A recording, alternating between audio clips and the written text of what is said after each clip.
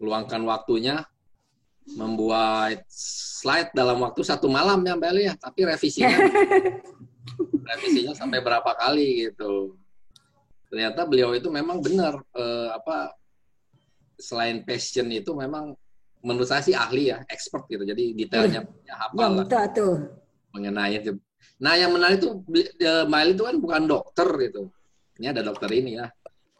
Jadi memang ceritanya juga ya disclaimer lah, ini bukan cerita tentang medical tapi ya lebih ke sharing aja lah, sharing session gitu. Nah kemudian yang kedua, mengapa saya menggunakan topi ini? Yeah. Jadi waktu saya di Sumba Besar pulang dari Tambora itu kan di bandara di Lombok kalau nggak salah tuh, saya tuh mikir-mikir nih beli topi gini buat apa ya gitu ya. Mbak El yang bilang, Riz beli aja. Biasanya mah suka kepake kalau ada karnaval, acara kantor. Gitu. Buat pamer. Sebenarnya nggak ada yang nanya juga sih, Kang. Ya dari tadi pengen ngomongin itu sebenarnya. Iya. Nggak penting rasanya ya, nggak penting. Iya, padahal mah nggak ada yang nanya. Buat pamer. Piece of cake. Karunya tuh kan. Sekali lagi saya masih Mbak Eli yang itu mungkin terakhir ya, maksudnya ternyata teman-teman tuh punya passionnya banyak gitu lah, selain dia bekerja sebagai apa? Ya di luar pekerjaan lah. Mungkin itulah pekerjaan utamanya gitu. Jadi kalau ada teman-teman yang salah satunya suka masak gitu, ya kita jadikanlah ajang sharing session ini untuk sambil silaturahmi. Japri saya gitu, siapa tahu bisa kita buat sharing. Itu aja dari saya, terima kasih. Mangga Kang Isur sebagai moderator. Terima kasih Kang Aris, selamat malam ini Ibu dan Pak, semoga semua sehat-sehat dan kali ini sepertinya topik yang akan disampaikan berbeda ya Kang Aris ya. Berbeda lain dari yang lain gitu. Kalau biasanya saya suka ikut itu kan seringnya kalau saya lihat di WhatsApp tuh mengenai biologi dan keilmuannya. Kemudian juga ada sharing yang lain dan seperti 2 minggu yang lalu ya mengenai kopi. Nah ini mungkin baru kali pertama ya mengenai masalah olahraga ya atau masalah kesehatan ya gitu Kang Aris. Jadi kalau kita telah lebih lanjut ya bahwa apalagi di waktu work from home ya, banyak sekali pengaruh dari kesehatan saat kita bekerja di rumah ya, terutama karena memang apa yang ada ini saya jadi serius ya. Apa yang ada di rumah mungkin berbeda dengan yang di kantor pressernya ya, maupun contohnya Kang Aris ya kan. Kalau Kang Aris ini selain mengerjakan pekerjaan rumah juga mungkin membantu istri ya kan. Sehingga terlihat itu kan dari tampilannya itu semakin gemuk gitu. Membantu istri itu artinya menikmati makanan istri. Nah, kemudian yang tidak kalah penting adalah posisi tubuh ya yang mungkin akan dibahas malam ini oleh Mbak Eli Guritno ya, yang sangat berimpact atau mempengaruhi kesehatan kita secara langsung maupun tidak langsung ya. Saya punya pengalaman juga ini. Dulu waktu saya kerja di offshore gitu kan, cedera itu bisa terjadi karena hal yang besar maupun hal yang kecil. Ya kan, apa yang terjadi adalah salah satu tim saya itu baru bangun tidur, kemudian dia mengambil sabun. Ya kan, bagusnya tuh katanya itu kita meniru dari kucing. Siapa yang punya kucing di rumah ya, kita harus tiru itu kucing itu kan. Apa yang dilakukan kucing itu sebelum beraktivitas biasanya nguliat ya. Ya kan, nguliat atau apa bahasa Sundanya tuh. Bahasa Indonesianya itu menggerakkan tubuh ya, stretching ya. Stretching ya kan? Stretching bahasa Sunda namanya. Sundanya stretching kan. Sundanya stretching. Menggeliat. Melihat bahasa Indonesianya ya. Jadi dia ngambil sabun baru bangun tidur ya kan. apa yang terjadi langsung kena ini apa otot tulang belakang keceklik ya kan. Nah ini dan otot yang kejepit itu terbawa sampai sekarang ya kan. Jadi nah malam ini kita ada tema yang sangat menarik gitu ya, dengan judul posisi tubuh yang sehat dan nyaman, dan dibawakan oleh orangnya yang pas ya kan. Tuh Mbak Eli Guritno tadi Kang Aris sudah menjelaskan ya. Koreksi postur tubuh Kang, bukan posisi. Postur ya. Postur ya, aduh sorry. Postur tubuh yang sehat dan nyaman ya kan. Oh terima kasih. Jadi ini kebetulan kita punya narasumber yang luar biasa, Mbak Eli ya, yang tadi sudah di-sharing sama Kang Aris, punya pengalaman dan punya cerita hidup yang luar biasa dari sisi keolahragaan selain sibuk di geologi ya. Kita nggak menceritakan sisi geologinya yang luar biasa, kita sisi olahraga. Nah, silahkan Mbak Eli untuk sharing pengalamannya maupun kegiatannya sampai sekarang ini, karena teman-teman Geotrek tuh ngelihat salah satu the one and only ya yang masih fit gitu kan, kemudian terlihat gerakannya sangat luas. Kalau di film tuh mirip Joe Taslim lah kalau cowok mah ya kan, luar biasa kan? Mirip Kalau Kabayan gitu kan. Kalau cewek itu siapa tuh pemain kungfu ya?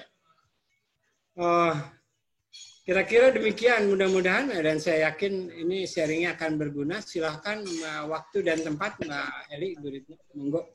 Ayo wae Kang Isur. Bibilung ya. Iya Bibilung. Iya, Bibilung, benar. Ini saya langsung share screen aja kali ya, supaya nggak kemalaman, boleh ya? Ya, silakan. Share screen, cara nate, kieu. Mana ya? Apa sudah kelihatan? Belum. Belum muncul, Pak. Belum sampai Bogor, Pak Wang? Dia belum nyampe Bogor, belum kelihatan Bogor. Belum ada, Pak. Soalnya macet. Apa saya salah pencet ya? Salah pencet, Mbak. Coba dibuka dulu, Mbak. Oh iya, iya. BSD juga belum nyampe. Maaf, kesalahan Udah pada... kelihatan hilalnya, udah kelihatan. Oke, bentar terusnya. Kan posisi view, kemudian... Tadi Kang? So ini view, ada di view, ya. Oke. Tuh posisi tubuh Kang Aris, ih. Cuman saya kurang pede tadi. Soalnya Kang Aris memilih judulnya. Iya. Oke, mangga silakan. Sudah muncul, Mbak. Mangga. Oke, bismillahirrahmanirrahim. Assalamualaikum warahmatullahi wabarakatuh. Waalaikumsalam. Selamat malam teman-teman. Terima kasih sudah bergabung di Zoom Cloud malam ini untuk sharing session saya. Mudah-mudahan belum ngantuk ya habis makan malam. Juga terima kasih buat Kang Isur yang sudah bersedia jadi moderatornya. Nah ini judulnya yang milik Kang Aris ya. Jadi postur ya Kang, saya salah tuh ngetik ya. Postur tubuh yang sehat dan nyaman gitu ya. Sebentar sih ngecilin TV, saya lupa matiin TV.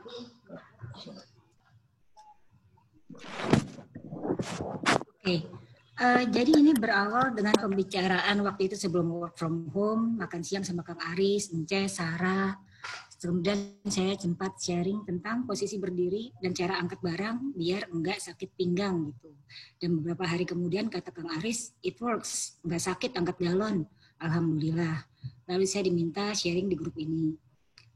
Awalnya tuh saya sempat ragu karena saya ini bukan ahli kesehatan, bukan dokter kayak Mbak Rini. Hidup saya juga nggak sehat-sehat banget, masih pencinta gorengan, kesan ya. Kemudian setelah saya pikir-pikir, saya berkesimpulan mungkin ada hal-hal sederhana yang saya ketahui itu yang ada manfaatnya buat orang lain. Karenanya tanpa bermaksud menggurui, perkenankanlah saya malam ini sharing tentang pengetahuan praktis, yaitu tentang posisi tubuh yang baik untuk kesehatan. Slide berikutnya sudah kelihatan ya? Halo. Ya udah. Oke. Ini sedikit perkenalan tentang saya. Saya lahir di Jakarta hampir 52 tahun yang lalu. Kata orang geskolot, da emang geskolotnya. Alhamdulillah sih. Alhamdulillah masih sehat, jadi masih diberi kesempatan jalan-jalan bersama Geotrek, termasuk yang di fotonya Itin ini ke Bukit Langgara, Deng. Memang teman-teman Geotrek nih banyak yang dikaruniai bakat fotografi luar biasa, jadi saya hanya menyediakan diri jadi model nih kalau nggak berbakat. Terima kasih Itin fotonya. Profesi saya geologis, tapi passion saya adalah olahraga. Dari semua olahraga yang saya paling senang dan paling saya kuasai adalah bela diri. Kalau ditanya kenapa Mbak kok senangnya bela diri gitu, mungkin sama seperti filosofi kopi ya, karena selera tidak dapat diperdebatkan. Iya. Iya. Kalau bela diri itu menurut saya itu indah, sesuai namanya martial art, jadi indah. Juga komplit di mana unsur olahraga semua ada aerobiknya, flexibility, strength-nya ada, dan ada filosofi di baliknya. Itu senangnya karena itu. Akhirnya dengan perjalanan waktu saya menemukan beberapa tips yang bermanfaat untuk kesehatan tubuh, seperti posisi tubuh yang baik, kemudian juga menyembuhkan beberapa cedera dengan olahraga. Itu yang akan saya share di sini. Oke, berikutnya.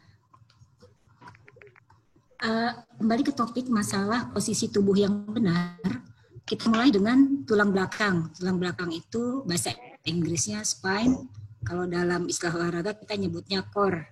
Nah sekarang kenapa sih tulang belakang itu penting?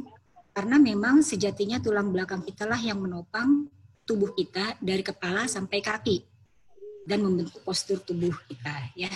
Jadi postur kita atau posisi natural tubuh kita itu tiap orang tuh pasti beda. Bedanya kenapa? Nah beda ini dikontrol oleh satu masalah genetik. Ini dari lahirnya gitu ya, sudah gifted, jadi bisa yang baik atau bisa yang kurang baik. Juga kebiasaan kita sehari-hari. Jadi kebiasaan ini adalah cara kita berdiri, bisa cara kita duduk, atau waktu kita main gadget atau kita nonton TV. Dilakukan setiap hari dan selama bertahun-tahun, itu akan menyebabkan membentuk postur kita. Ya, yang terakhir ini adalah postur kita adalah hasil latihan olahraga. Coba kalau saya lihat ke slide berikutnya. Sebelum kita ke sini, sebenarnya saya hanya mau menambahkan yang tadi ya, yang masalah postur tubuh, yang mengontrol postur tubuh ini. Kalau menurut saya sih, kecuali dalam kondisi sangat parah secara genetik, postur setiap orang itu bisa kok diperbaiki dengan latihan tertentu. Jadi kalau kita tidak gifted, tidak diberi karunia postur yang baik, jangan berkecil hati karena bisa diperbaiki dengan latihan. Itu sebabnya juga mungkin pada program fisioterapi itu seorang dokter rehab medik atau dokter SPKO olahraga itu juga memasukkan komponen latihan fisik untuk treatmentnya seperti itu. Nah, karena basic saya adalah bela diri, saya secara tidak sadar tuh saya suka memperhatikan postur orang, ini refleks saja. Jadi kalau menurut literatur ini yang sebelah kiri yang di kelompok kotak merah ini yang bad posture, postur yang buruk. Misalnya yang nomor 1 ini condong ke belakang. Jadi kalau kita jalan seolah-olah itu pinggangnya nyampe duluan gitu, ya. Yang kedua adalah yang lekukannya sangat dalam. Jadi ini mohon maaf bokongnya dengan bahunya nih ketarik sangat jauh ke belakang. Yang ketiga ini bahunya turun ke depan atau bungkuk. Yang keempat itu bahunya sih cukup aman, tapi lihat kepalanya maju ke depan. Jadi kalau jalan ini, kalau istilah saya ini seperti kura-kura gitu. Jadi kepalanya yang nyampe duluan, ya. Nah, sedangkan yang paling kanan ini adalah yang good posture. Jadi postur yang baik, di mana kita lihat dari kepala, punggung, bokongnya dan kaki ini poros tubuhnya dalam satu garis, jadi tegak. Ya. Oke, suara saya bisa kedengaran bagus ya? Oke. Iya. Kalau tadi ada suara Kang Aris agak kurang jernih suaranya. Ya sama ya. Still clear. Oke, sip. Ya, jadi kadang-kadang kebiasaan kita sehari-harilah yang menyebabkan jadi bad posture. Jadi ini ada contoh yang pertama, kalau istilahnya secara medis nih, pengetahuan umum aja ya, namanya lordosis. di mana lengkungan tulang punggungnya itu melengkung sangat dalam, melengkung ke depan. Jadi mungkin nih Mbak Pragawati yang sebelah kiri nih, kan kalau latihan model kan supaya kelihatan pede ya, bahunya kan ditarik ke belakang gitu ya, biar keren meren gitulah pokoknya. Atau ada latihan baris berbaris, military posture seperti yang di kanan. Jadi latihan militer atau dulu Dian latihan paskibnya dulunya, itu biasanya kan badannya diusahakan sangat tegap. Dulu saya juga termasuk yang betul kan, dulu saya juga termasuk yang berpostur demikian, tapi kemudian saya sadar postur begini nih bikin cepet capek badan kita. Ya, jadi kalau kita lihat si Babang tentara ini bahunya tarik ke belakang, bokong tarik ke belakang, kemudian bawa ransel puluhan kilo, jalan juga puluhan kilometer. Nah, kalau dilakukan selama bertahun-tahun, itu pasti akan ada kelainan pada tulang ekornya. Karena apa? Karena semua berat beban tubuh bagian atas atau upper body termasuk ransel-ranselnya itu akan ditanggung oleh si tulang ekor. Itu sebabnya jadi sakit pinggang gitu. Oke, setelah kita lihat kelainan ini, berikutnya ini yang ada kelainan lainnya. Nah, ini karena yang nomor 2 ya, ini kepalanya ketika baca HP itu kan sering nunduk main gadget. Ini lama-lama akan bisa bikin sakit leher, saraf kejepit. Jadi ada teman kantor saya itu ada malah robekan mikro di saraf lehernya. Katanya itu selalu sakit, selalu ada rasa sakit. Jadi luka robeknya juga cuma robek mikro katanya. Kalau saya perhatikan posturnya memang seperti ini. Jadi beliau itu lehernya maju ke depan dan juga agak bungkuk. Jadi ya itulah saya bilang mungkin posturnya dia juga yang membuat jadi sakit atau ada cedera di leher. Berikutnya adalah yang di tengah, gambar yang nomor 3, ini yang bahunya turun ke depan atau kyphosis. Ini membentuk postur yang bungkuk. Kalau kita lihat Bapak ini, mungkin karena layar monitornya kependekan atau fontnya kekecilan, jadi dia terpaksa kan bungkuk tuh di depan komputer. Nah, lama-lama nih kalau dilakukan bertahun-tahun, itu juga menyebabkan perubahan postur. Yang nomor 4 nih kombinasi antara 1 dan 3 gambar yang tadi sama gambar nomor 3. Oke, berikut ya, lanjut. Ini adalah yang kelainan lainnya, namanya skoliosis. Jadi tulang belakangnya berbentuk seperti huruf S ya. Utamanya karena faktor genetik, Mbak Rini tolong koreksi kalau saya salah. Utamanya karena faktor genetik. Tapi menurut saya ada kebiasaan sehari-hari juga yang kurang pas. Umpamanya nih ada Mbak cantik nih yang di sebelah kanan. Mbak ini kan duduknya senang menyilangkan kaki. Saya juga sering senang begini sih, kan nyaman ya duduk kayak gini nih, enak. Juga kelihatannya rapih gitulah. Tapi ternyata kalau kita lakukan terus-menerus menjadi kebiasaan, itu juga akan menyebabkan pergeseran di tulang belakang kita. Kalau saya pribadi juga menyarankan kalau kita ada masalah skoliosis dari lahir, itu sebaiknya tidak menari Bali. Saya dulu pernah menari Bali juga soalnya. Kalau kita, kenapa?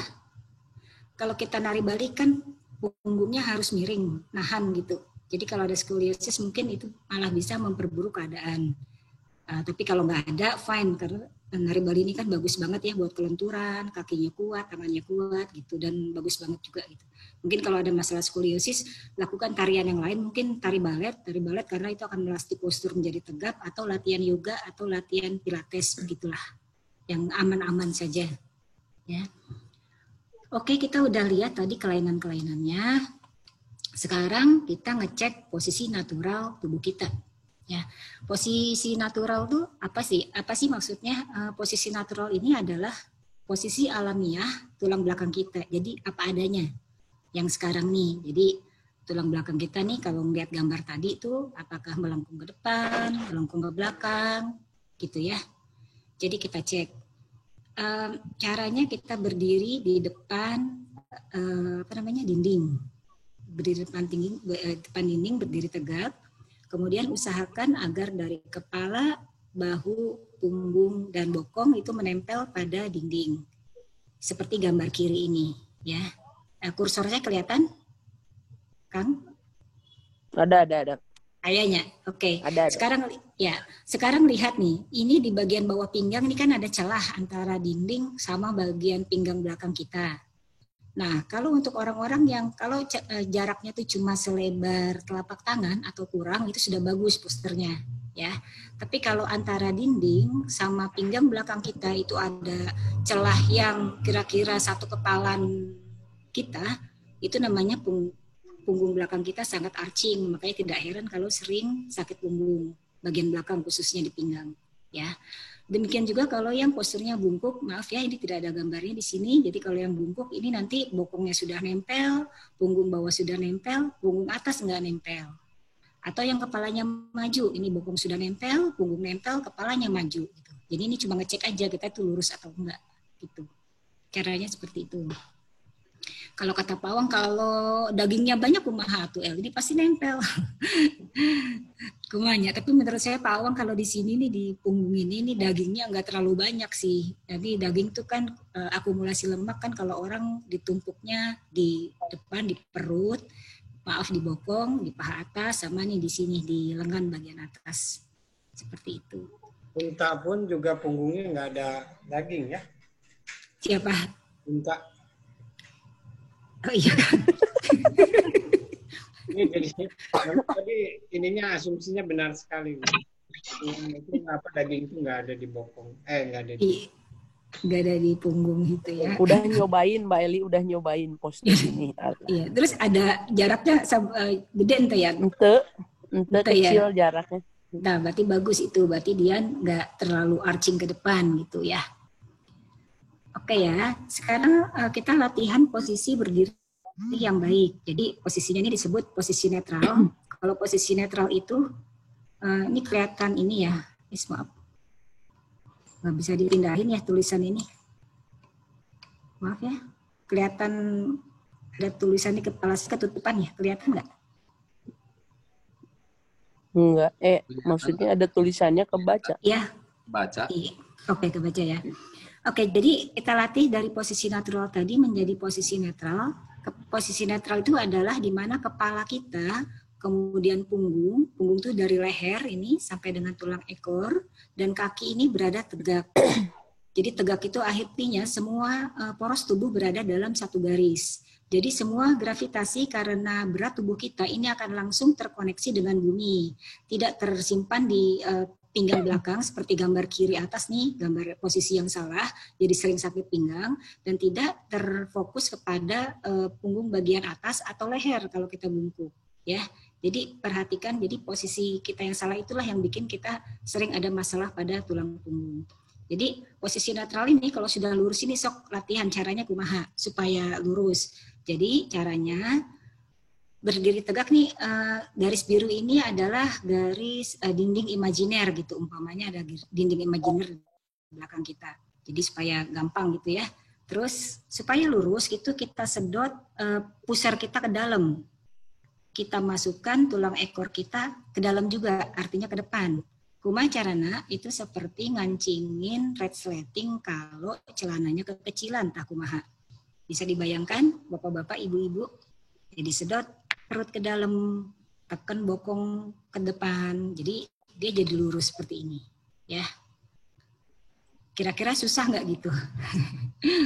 Kayak tahan nafas, Mbak Eli ya? Iya, kayak tahan napas kalau mau ngancingin ke kecilan celananya kan jadi terpaksa gitu ya, asupkan ini pusarnya ke dalam, tailbone-nya juga tekan ke dalam, which is meaning agak ke depan. Jadi lurus. Jadi dengan demikian, ini tulang belakang kita ini jadi stretch sehingga relax. Jadi posisi netral ini nggak harus dilakukan setiap saat. Jadi umpamanya lagi masak nih, nah gini aja daripada goreng kan pegel, nah lurusin deh tuh tulang belakang. Atau yang kaum muslimin kalau lagi sholat setelah takbiratul ihram itu dicoba posisi ini atau ketika i'tidal. Jadi kita akan merasa bahwa rasanya tidak ada beban di punggung kita bagian belakang. Jadi semua berat badan langsung diluncurkan ke bumi seperti itu. Demikian juga kalau yang bungkuk. Ini kita usahakan punggungnya tarik lurus jadi semua poros tubuhnya satu garis. Gitu ya. Nanti ada latihan itu ya. Ada 3 poin tuh ya. Kepala, bahu, dan bokong, masuk pinggang atau itu ya. Iya. Kakinya nggak masuk ya. Udah termasuk kakinya. Oh iya, maaf lupa ditulis. Iya. Kakinya nggak masuk kan. Masuk poin juga. Sebenarnya yang mau saya Oke, yang mau saya tekankan adalah ini. Kang Aris lihat nih kursor saya, ini adalah pinggul ya. Pinggul, dan Kang Aris lihat ini adalah bagian tengah dari kaki kita. Sebenarnya yang harus segaris mah ini, gitu. Jadi kakinya boleh dia bengkok, emang kaki itu kan nggak boleh terlalu dikunci dengkul itu. Slightly bend down gitu ya. Nggak boleh dikunci. Kalau latihan kuda-kuda juga kan tidak dikunci kakinya gitu. Dibengkokkan sedikit. Jadi antara tulang pinggang kita dengan, ini kalau orang Tionghoa, orang Tiongkok bilang di tengah-tengah sini ada namanya Yongchon gitu. Itu adalah titik tengah di telapak kaki. Itu yang harus berada dalam satu garis lurus begitu. Jadi bukan kakinya, Kang. Kakinya mah ini mah boleh aja bengkok ke depan gitu. Kalau kakinya itu terbukanya seberapa lebar? Oh iya, kakinya saya lupa. Jadi buka kakinya memang selebar bahu ini. Kalau mau latihan ini dibuka selebar bahu. Itu pertama-tama itu dulu, kakinya selebar bahu, badannya rileks, dan luruskan tulang punggung seperti tadi. Ini kayak posisi Tai Chi awal gitu ya, Eli ya? Iya, iya betul, Pak Wang, seperti posisi Tai Chi awal. Praktekkan aja sekarang sama Kang Isur. Ini Eli, saya udah nyoba ya, ternyata saya cuma satu tangan itu. Kalau saya tuh bongkok orangnya, berarti cuma satu tangan itu aja. Nah, Kang Aris, berarti itu kan Kang Aris kalau tadi satu. Jagoan silat. Kang Aris kan ngecek itu tulang punggung bagian bawah, Kang Aris. Kalau bongkok kan tulang punggung bagian atas. Jadi harusnya yang Kang Aris perhatikan adalah ini, daerah bahunya. Tulang punggung keluarga. Oh ya, Kang Aris kan tulang punggung keluarga yang menanggung beban kehidupan. Bongkok karena tulang punggung keluarga. Sampai bongkok. Karunya pisan. Istri Kang Aris bisa terharu ini. Ini Kang, jadi bahunya Kang Aris, karena Kang Aris tidak bermasalah di sini. Kang Aris bermasalah di sini. Kan bungkuk ya, berarti di punggung atas. Sama di kepala gitu. Jadi mungkin punggung Kang Aris bagian tengah nempel. Punggung atasnya kalau ditempelin, kayak maaf ya kalau balik ke slide yang ini, punggung ininya mungkin jadi nggak nempel si bahunya. Gitu. Jadi Kang Aris yang difokuskan malah bagian atasnya, bukan bagian bawahnya. Kan orang beda-beda ini. Kalau saya aja nih, senangnya kayak gitu. Oh iya, memang ini jadi ini ya, susah juga ya. Ya nanti kita latihan. Makanya pakai baju itu, topi pendekar bongkok. Oke, kita udah lihat posisi berdiri yang salah dan yang benar. Sekarang kita lihat posisi duduk. Eli sebenarnya nanya. Ya, mangga Kak, Pak. Bisa ke posisi berdiri lagi? Ya. Posisi berdiri. Nah, ini kan pandangan dari sisi satu sisi ya. Kadang-kadang kita kalau berdiri seperti ini kan titik berat kita bagi ke satu kaki aja. Entah kiri, entah kanan gitu. Suka kan seperti itu kan? Kalau kita berdiri agak lama ya, kayak lagi upacara misalnya. Betul. Kita kan jarang membagi titik berat kita ke kedua kaki gitu. Kadang-kadang pegel nih, pengen di kaki kiri aja gitu. Kan suka gitu kan kadang-kadang kan? Kekuatan kakinya. Nah, itu gimana? Bagus nggak kebiasaan seperti itu? Kang Isur mau menanggapi? Mangga tuh Kang. Saya punya pengalaman bahwa kan kalau di rumah sakit Pondok Indah kan selalu dites nih. Kalau MCU itu tolong ditutup matanya, kemudian berdiri jalan di tempat, ya kan? Tutup matanya, jalan di tempat. Kemudian 1 menit, 2 menit kemudian mata kita dibuka. Kalau tulang kita dalam posisi yang rata, yang lurus menurut kata Teh Eli, kita tuh saat sebelum dan sesudah jalan di tempat posisi kita sama.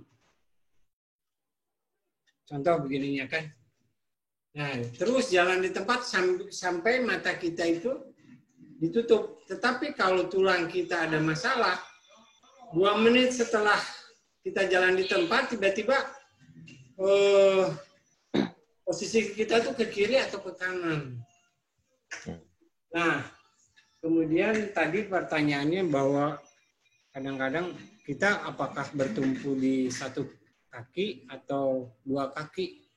Nah, saya itu punya setiap kali lari dan sepatu kiri saya selalu habis duluan.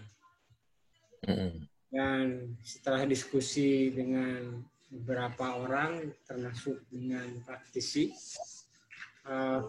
kaki kiri saya itu lemah, ya kan? Jadi sehingga kaki kanan banyak menopang. gitu. Sehingga apakah kita ini menumpu di dua kaki bisa ya atau bisa tidak, menurut saya Kak ini Teli ya. Kalau memang tulang kita dalam baik, harusnya menumpu di dua kaki gitu. Apakah punya pengalaman lebih lanjut? Kalau menurut saya, Kang Isir, makasih ini sharingnya. Kalau menurut saya, Pak Wang, inilah sebabnya kenapa kita harus melatih posisi latihan tertentu agar balance antara kaki kanan dengan kaki kiri kita.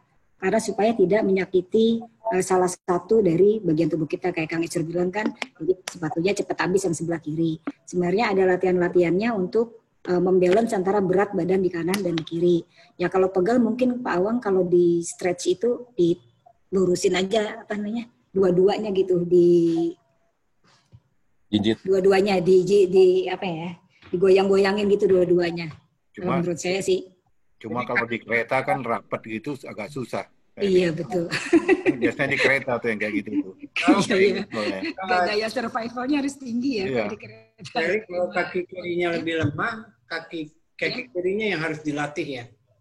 Iya, jadi mungkin dilatih supaya balance. Jadi kalau umpamanya kalau kita latihan squat gitu, kita latihan seperti jongkok nanti ada latihannya, atau latihan bisa namanya kuda-kuda sejajar, itu sebetulnya pada intinya juga membagi berat supaya sama kanan dengan kiri. Jadi latihan supaya tidak miring ke kanan atau miring ke kiri gitu. Jadi nanti kaki ya. Ini kalau Kang Izur tuh kan sebelah kiri ya. Nah kalau pengaruh nggak? Kan dia kan larinya suka jauh. Sekarang kalau kita lihat posisi jalan, itu kalau di pinggir itu kan cenderung emang ke kiri kan lebih landai, jadi dia turun. Jadi kan otomatis kalau Eli kan memberi posisi tubuh ini kan posisinya datar, padahal kalau jalan di pinggir, kita lihat pinggir itu selalu kiri karena pembuangan air kan dia pasti turun. Berarti kan udah nggak datar kan? Nah mungkin nggak itu pengaruh jadi ke sepatu? Iya. Kuma Kang Isur pengaruh tuh Kang itu ke sepatu karena jalan saya kurang suka lari di pinggir jalan, ini mungkin benar juga. Kan nggak mungkin lari ke tengah-tengah, pasti ke pinggir itu ada kemiringan. Rata-rata jalan umumnya begitu. Tapi kalau menurut saya sih lebih karena tadi dilakukan sama Kang Isur waktu lagi tes apa tadi kan di RSPI, tes keseimbangan tubuh ya. Ya mungkin dampaknya begitu. Jadi ya aku juga nggak tahu ya, tapi kalau dipikir-pikir mungkin ada pengaruhnya ya, ke posisi gitu ya. Ke tubuh, iya karena Eli kan posisinya ini kan datar. Sementara kalau posisi miring gimana? Kalau menurut saya sih mungkin ini mungkin lebih banyak karena memang naturnya Isur memang ya sebenarnya naturnya Isur itu lebih banyak fokus ke salah satu sisi gitu. Pasti karena itu, jadi bukan karena masalah ini juga, masalah kemiringan, karena kan tadi pas di tes itu kan juga di bidang yang lurus ya, jadi mungkin tiap orang kan punya kekuatan, kaki kanan coba, kaki kanan kaki kiri beda, ya tangan kanan tangan kiri beda, kaki kanan kaki kiri beda. Betul. Itu karena memang tadi seperti Mbak Eli ya, bahwa kita mulai latihan lari misalnya di umur 30, padahal kebiasaan duduk, kebiasaan kita berdiri itu kan mulai dari kecil ya, sehingga itu terbawa sampai sekarang dan mempengaruhi postur tubuh ya kan. Kita tidak menyalahkan, tapi kalau toh ternyata ini membebani salah satu posisi tubuh, bagusnya sih diperbaiki sehingga nanti kalau toh ternyata posisi badannya kurang seimbang, tentunya ya kalau tidak seimbang itu artinya lebih berat, memberatkan kan kalau tidak seimbang. Kalau memberatkan kemudian dilakukan berulang dan terus-menerus dalam waktu lama, berpotensi untuk terjadinya sakit ya.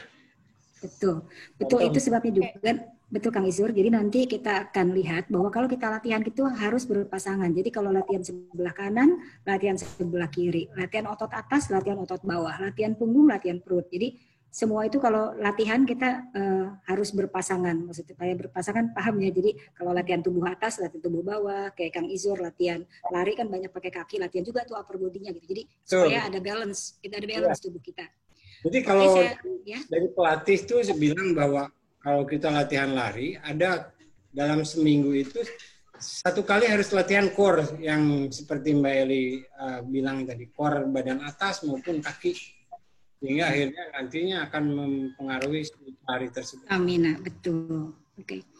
Oke ya, saya lanjut aja. Yang kedua, terima kasih feedbacknya Kang Isur. Jadi tadi kita udah lihat posisi berdiri yang benar dan yang salah. Sekarang kita lihat posisi duduk ya. Jadi posisi duduk yang salah juga bisa bikin postur jadi ada seperti ini nih, bisa jadi bungkuk ya. Ada yang bisa sakit pinggang kalau ini bokongnya terlalu mundur, arching, atau seperti babang yang sebelah kanan ini, babang bule ini kan apa? Lehernya maju ke depan. Jadi lama-lama lehernya sakit karena kepalanya terlalu maju ke depan. Jadi intinya kepala kita itu kalau diibaratkan seperti bola bowling, leher kita itu ibarat tangannya. Kan kalau megang bola bowling kan harus di tengah-tengah telapak tangan kan. Sekarang kalau bola bowlingnya saya majuin ke depan gimana? Yang sakit apa? Yang sakit kan adalah pergelangan tangan kita. Nah itulah analoginya. Jadi pergelangan tangan kita ini adalah leher. Kepala kita ini bola bowling. Jadi kalau kita seperti Mbak ini, pakai laptop terus nunduk pasti akan sakit di bagian leher dan malah bisa menyebabkan gangguan saraf gitu. Jadi intinya ingat-ingat aja itu, kepala kita tuh berat loh. Jadi jadi harus ada di tengah-tengah. Nah, ini kalau meeting di SKK Migas ya gini ya, banyak ya. Kelamaan ya. Kelamaan meeting. Kelamaan. Betul. Silakan. Oke, sekarang kita lihat cara duduk yang benar. Jadi di awal-awal masa work from home ini, itu banyak teman-teman yang mengeluhkan sakit punggung, sakit pinggang. Ini diantaranya karena posisi duduknya tidak benar. Karena kita kan memang tidak siap nih untuk work from home. Jadi duduk tuh di mana aja. Ada yang duduk di lantai, laptop taruh di bawah, duduk di meja tamu, kemudian duduk di di sofa dan pakai laptop di tempat tidur. Itu akhirnya apa? Akhirnya menyebabkan sakit punggung. Nah, sama seperti ketika kita berdiri, jadi ketika kita duduk pun itu punggung, coba dilihat di gambar ini antara kepala dan punggungnya ini harus tegak. Kenapa harus tegak? Karena supaya upper body kita ini akan langsung terkoneksi dengan kursi. Jadi kalau kita duduk, ground kita itu adalah kursi, ya. Nah, kepala kita juga tetap tegak. Jadi caranya meja kita ini idealnya antara 70 sampai 75 cm, tapi tergantung dari tinggi kita masing-masing. Terus kalau nggak punya meja yang tinggi 70 cm harus beli Mbak, ya nggak usah, diakalin. Caranya kumaha? Jadi laptop kita tuh kita ganjel nih bawahnya pakai textbook atau naon lah, kardus gitu, kotak ya, atau bagian bawah monitor diganjel sehingga nanti pandangan kita tuh tidak nunduk gitu. Jadi bisa lihatnya tetap tegak, relatif seperti itu. Satu hal lagi, kalau kita lihat kaki kita ini telapaknya juga harus nempel di tanah, nempel di lantai. Kenapa? Ada teman saya latihan Tai Chi, dia ada masalah pada saraf telapak kakinya. Setelah ke dokter suruh peragakan. Kamu kalau duduk gimana di depan meja kerja. Ternyata dia punya kebiasaan jinjit. Jadi kakinya ini ke belakang gini, kemudian jinjit.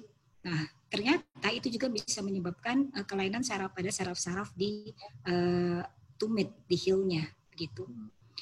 Kemudian kalau kita duduk juga nih bahunya rileks. Kadang-kadang kan kalau pakai laptop karena ininya kecil ya, keyboardnya kecil, jadi nih si punggungnya pundaknya suka naik-naik gitu kan, itu jadi bikin posisi nggak rileks ya. Satu lagi, kalau duduk tuh jangan kelamaan. Jadi 1 jam bangun, stretching, ambil minum gitu. Kebetulan lagi work from home, jadi kalau meeting kan nggak kelihatan ya kalau video dimatiin. Nah nih sejam diri dulu, putar-putar pinggang gitu ya.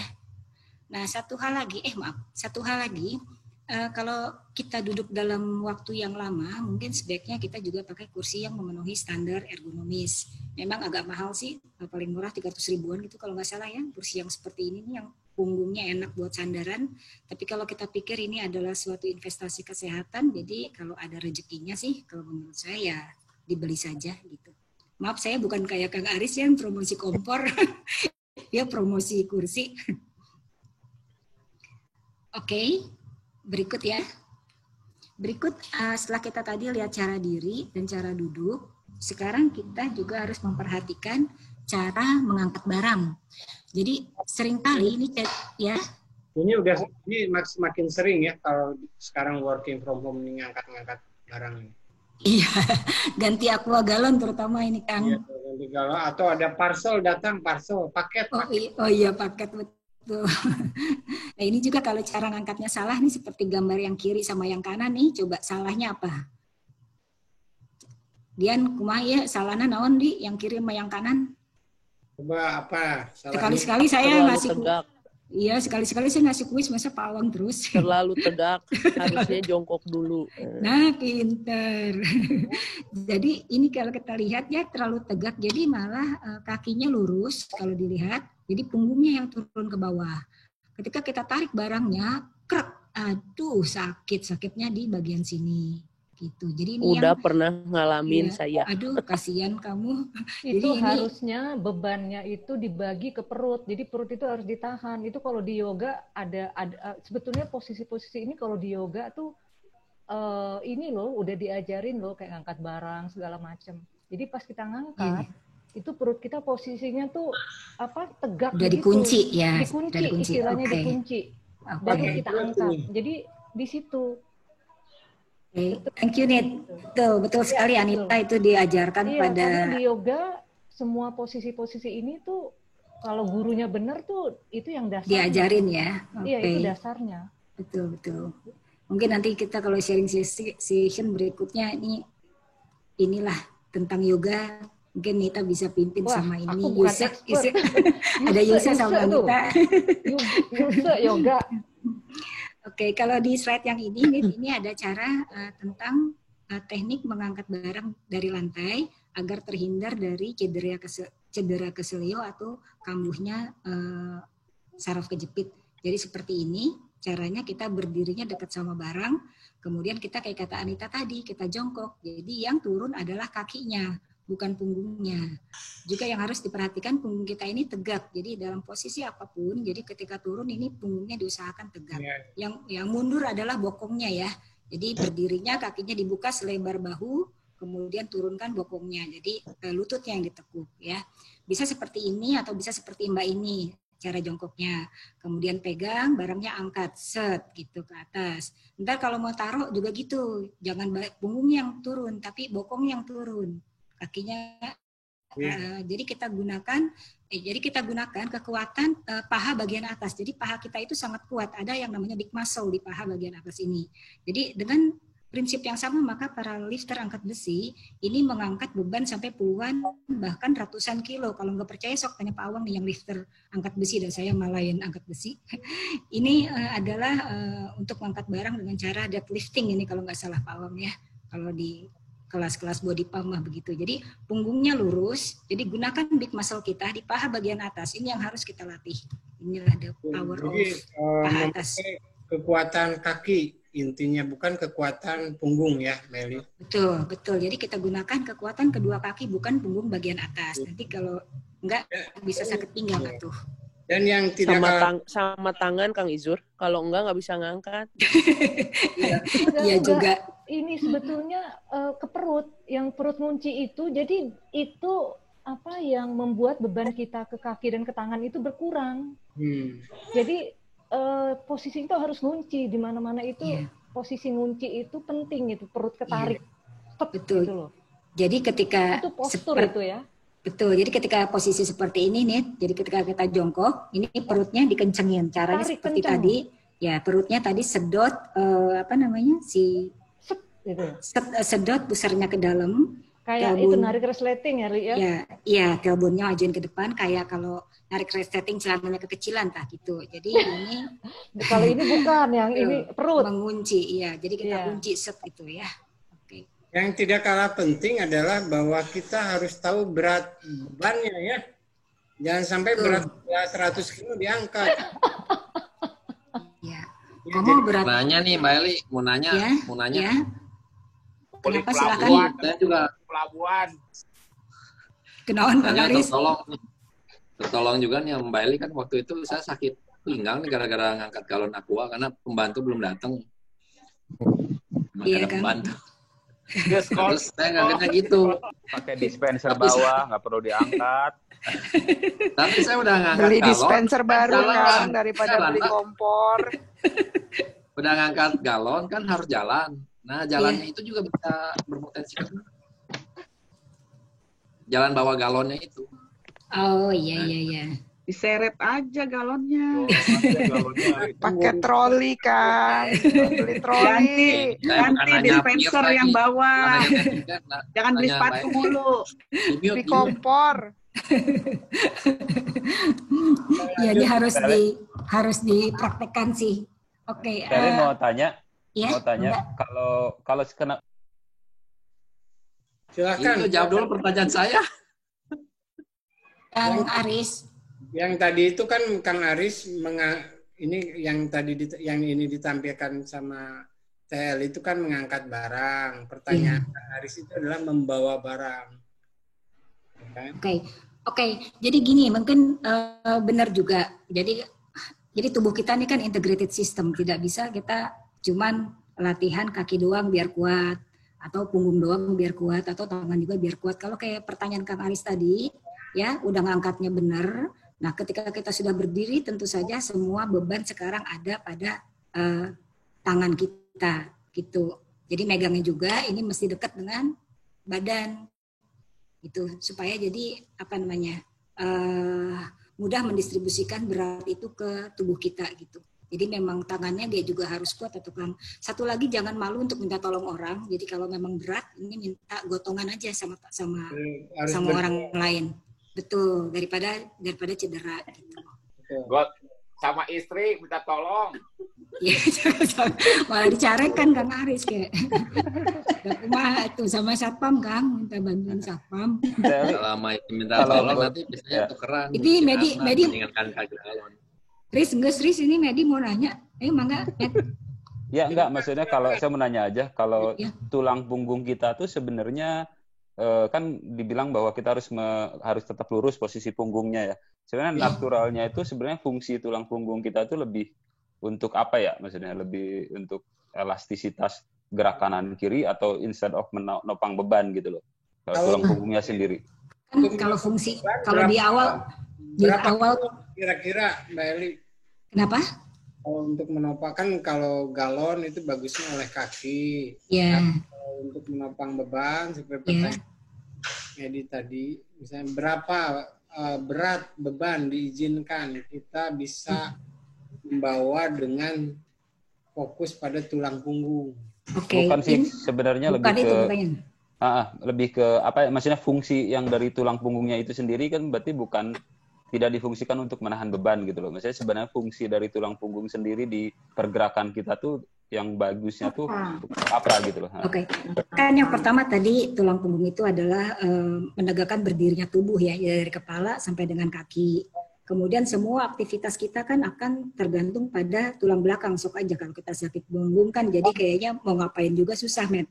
Jadi sesungguhnya semua gerakan kita ini dikontrol oleh tulang punggung. Jadi menurut saya mah bukan cuma buat ngangkat barang aja, Met. Semuanya, duduk juga perlu tulang punggung yang benar. Kemudian apa lagi ya? Jika nama semua, Met. Iya. Gitu. Ya. Makanya harus dilindungi lah ya, gitu. Maksudnya harus dilindungi dan betul dan harus dilatih. Kalau kayak Kang Isur berapa yang paling kilogram yang paling aman itu kan tiap orang beda-beda, tergantung kebugarannya. Jadi kalau orang-orang yang terlatih seperti lifter ini kayak Pak Awang itulah latihan berat badan, angkat ratusan kilogram itu nggak masalah karena tekniknya juga benar dan otot-ototnya terlatih. Jadi orang itu kan bedanya bukan yang kuat dengan yang tidak, tapi memang yang well trained dengan yang tidak well trained gitu kalau menurut saya sih. Jadi semua tuh sebenarnya kan basicnya sama, di karunia Allah waktu lahir kan bayi sama gitu ya. Tapi bagaimana kita mengolah tubuh kita tiap-tiap orang menjadi berbeda itu adalah karena faktor trainingnya gitu. Cara orang mengolah badan tuh beda-beda gitu. Karena Pak Awang ototnya sudah terlatih ya. Iya. Ya, buat ini aja, buat catatan itu yang gambar Eli yang paling bawah itu kan deadlift tuh angkatannya ya. Iya, betul deadlift. Ya. Di olahraga angkat berat tuh bisa sampai 400 kilo. Tuh, gitu. Karena kita menggunakan otot besar ya Pak Awang. Itu kekuatan dari punggung, paha dan main pernafasan. Otot perut juga ya kayaknya ya. Iya. Kalau dulu keikat pinggang kencang itu tuh yang lebar itu. Ya. Kalau dulu saya pernah 150 kilo paling maksimum. Wow. Kayak model kayak gini. Angkat kayak gini tuh langsung di clean and jerk ya. Iya, clean and jerk tuh. Langsung dibawa jadi 2 kali angkatan. Tapi itu waktu muda, umur 30 lah kira-kira. Berarti sekarang 175 gitu ya Pak. Nah sekarang kalau alat-alat, kalau 60 malah. Kalau barang-barang di rumah kan paling berat juga paling 20 kilo kan. Iya betul. Jadi kalau berat. Sekarang malah ini kan free weight ya kalau menurut saya, kan ada yang pakai alat kalau di gym tuh yang berupa. Jadi mengangkat seperti ini, latihan deadlift ini yang mengelatih paha atas, kemudian ini punggung, itu tidak harus pakai beban free weight seperti ini, tapi ada mesin, jadi tidak membebani kaki gitu. Jadi yang dilatih bahu tuh. Iya udah modern. Udah modern ya. Oke, saya lanjut aja. Harus sering latihan squat juga ya El ya. Betul. Nanti kita ada latihan di sini, benar. Betul sekali ini. Dokter ini mau nanya tuh katanya dokter ini. Ini dokter ini. Mangga tuh, Mbak Rini. Nanya Mbak Eli dikit ya. Itu tadi ya, kalau posisi mengangkat barang itu ya. Itu saya barusan nyobain tuh, tapi telapak kakinya tuh jadi jinjit. Itu salah ya? Salah Mbak Rini. Jadi telapak kakinya harus nempel Mbak Rini. Coba Mbak Rini buka kakinya selebar bahu yang Mbak Rini nyaman gitu. Selebar bahu, kalau belum nyaman lebarin aja lagi. Sampai kayaknya kuda-kudanya kuat. Masalahnya gitu. Saya kan sekarang sakit lutut gitu. Jadi karena itu mungkinnya sulitnya gitu. Mbak Rini sakit lutut. Jadi gini Mbak, kalau kita jongkok, yang menyebabkan lutut kita sakit adalah dengkul kita ini lebih dari ujung ibu jari kita. Jadi ketika kita bengkokkan, maka berat badan ini akan bertumbuh di dengkul. Itu yang suka bikin dengkul sakit. Jadi kalau kita jongkok, make sure ini seperti ini.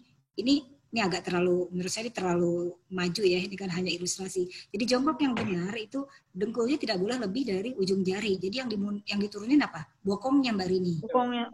Bokong. Nanti kita akan latihan bagaimana memperkuat otot paha atas ini, bokong yang turun supaya nggak sakit dengkulnya kalau kita squat ngangkat barang. Nanti ada saya tampilkan. Jadi seperti sharingnya Yose itu, kalau squat itu lutut kita itu harus tidak melebihi ujung jari ya. Jari kaki, ya itu prinsip. Betul, itu dalam apapun, dalam yoga atau dalam bela diri, prinsipnya seperti itu. Kalau di yoga itu seperti posisi chair pose. Chair pose, jadi kita tuh harus bisa masih bisa ngelihat jari-jari kaki kita. Guru yoganya udah keluar nih. Bisa. Udah mantep nih. Nanti kita kaki kita ya, ya. Iya. Apa Kang? Oke. Kaki kita ya, otot-otot. Iya, dan harus grounded semuanya. Jadi kayak si jempol itu tuh harus benar-benar nekan ke lantai. Itu semua jari Iya, semua sama jari. Bola kaki. Makanya kan kalau warrior 1, 2, 3 itu sebelum masuk ke warrior 2, warrior 1 itu harus mantap dulu. Jadi si kakinya benar-benar grounded. Gitu. Oke, itu coba para praktisi yoga bisa dicerna ya, maksudnya Yuse. Oke, saya lanjut ya. Tadi kita sekarang ya. Squat jam itu kalau untuk yang udah STW itu kayaknya benar ya, nggak bagus ya, Li ya? Tergantung ya, kalau udah terbiasa terlatih nggak masalah. Cuma kalau ada masalah pada lutut, karena kan kalau tambah tua itu kan harus mengurangi yang high impact. Tapi kalau biasa lari sih menurut aku sih nggak apa-apa. Menurut aku ya. Tapi itu kondisi tiap orang kan beda-beda gitu. Nah, kalau ada yang udah cedera di lutut itu kayak aku gini lebih baik dihindari. Tapi kalau lututnya masih cakep, fine. Udah terbiasa lompat-lompat, lari, fine, silahkan. Menurutku sih nggak apa-apa. Posisi kaki itu ya, kemarin saya dapat sharing juga dari Yose itu otot-otot ya. Yang posisi kaki saat squat itu kan menentukan otot mana yang akan dipakai ya atau akan dilatih. Apakah otot pantat, otot paha atau otot betis ya? Iya. Oke Kang, jadi kita lanjut dulu ya. Lanjut ya. Jadi kita tadi udah lihat cara berdiri yang benar, cara duduk yang benar, cara mengangkat barang dan lain-lain. Kemudian sekarang kita akan latihan yang berguna untuk kekuatan tulang punggung dan kaki. Tadi kita udah ngomongin kekuatan tulang punggung dan kaki. Tentu saja seperti ini Anita pernah bilang, listen to your body. Jadi sesuaikan latihan dengan kondisi kita masing-masing. Lihat riwayat kesehatan kita.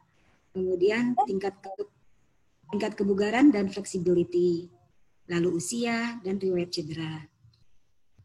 Nah, kalau saya breakdown masing-masing, ini seperti ini kira-kira ya. Jadi riwayat kesehatan ini bisa berupa kelainan fisik atau yang sifatnya penyakit penyakit degeneratif gitu. Jadi kalau ada jantung, tekanan darah, apalagi ya diabetes, jadi itu hati-hati. Kemudian juga latihan ini disesuaikan dengan tingkat kebugaran dan tingkat flexibility. Karena tiap orang itu beda-beda, tergantung seberapa rutinnya kita melatih tubuh. Tentunya orang seumur Kang Isur itu belum tentu sanggup maraton seperti beliau gitu kan, beda-beda tuh ya. Jadi idealnya kalau menurut WHO kita latihan 5 kali seminggu minimum 30 menit. Tapi saya takut keder nih kalau 5, jadi saya turunin idealnya 3 sampai 5 gitu. Minimum 30 menit. Jadi tidak perlu berat tetapi tepat ya. Betul, tidak perlu berat, tetapi yang penting rutinitas. Jadi kalau Mbak saya nggak punya waktu 30 menit, Mbak, fine, 10 menit, 15 menit di bawah sinar matahari sambil berjemur, itu tidak apa-apa. Karena sesungguhnya olahraga itu seperti belajar. 1 kali 10 itu lebih baik dari 10 kali 1. Jadi yang penting itu adalah rutinitasnya, bukan durasinya. Jadi kalau kecuali kita sudah well trained kayak Kang Izur, kayak Yuse gitu ya, fine kalau olahraga 2 jam, oke, badannya udah biasa. Tapi kalau kita baru-baru, yang penting rutin. Tiap hari pagi-pagi di bawah sinar matahari, bangun tidur, flexibility, latihan di bawah sinar matahari, stretching, 15 menit. Saya rasa nggak ada orang yang nggak punya waktu 15 menit ya. Nah, jadi oke. Dan lakukan secara gembira.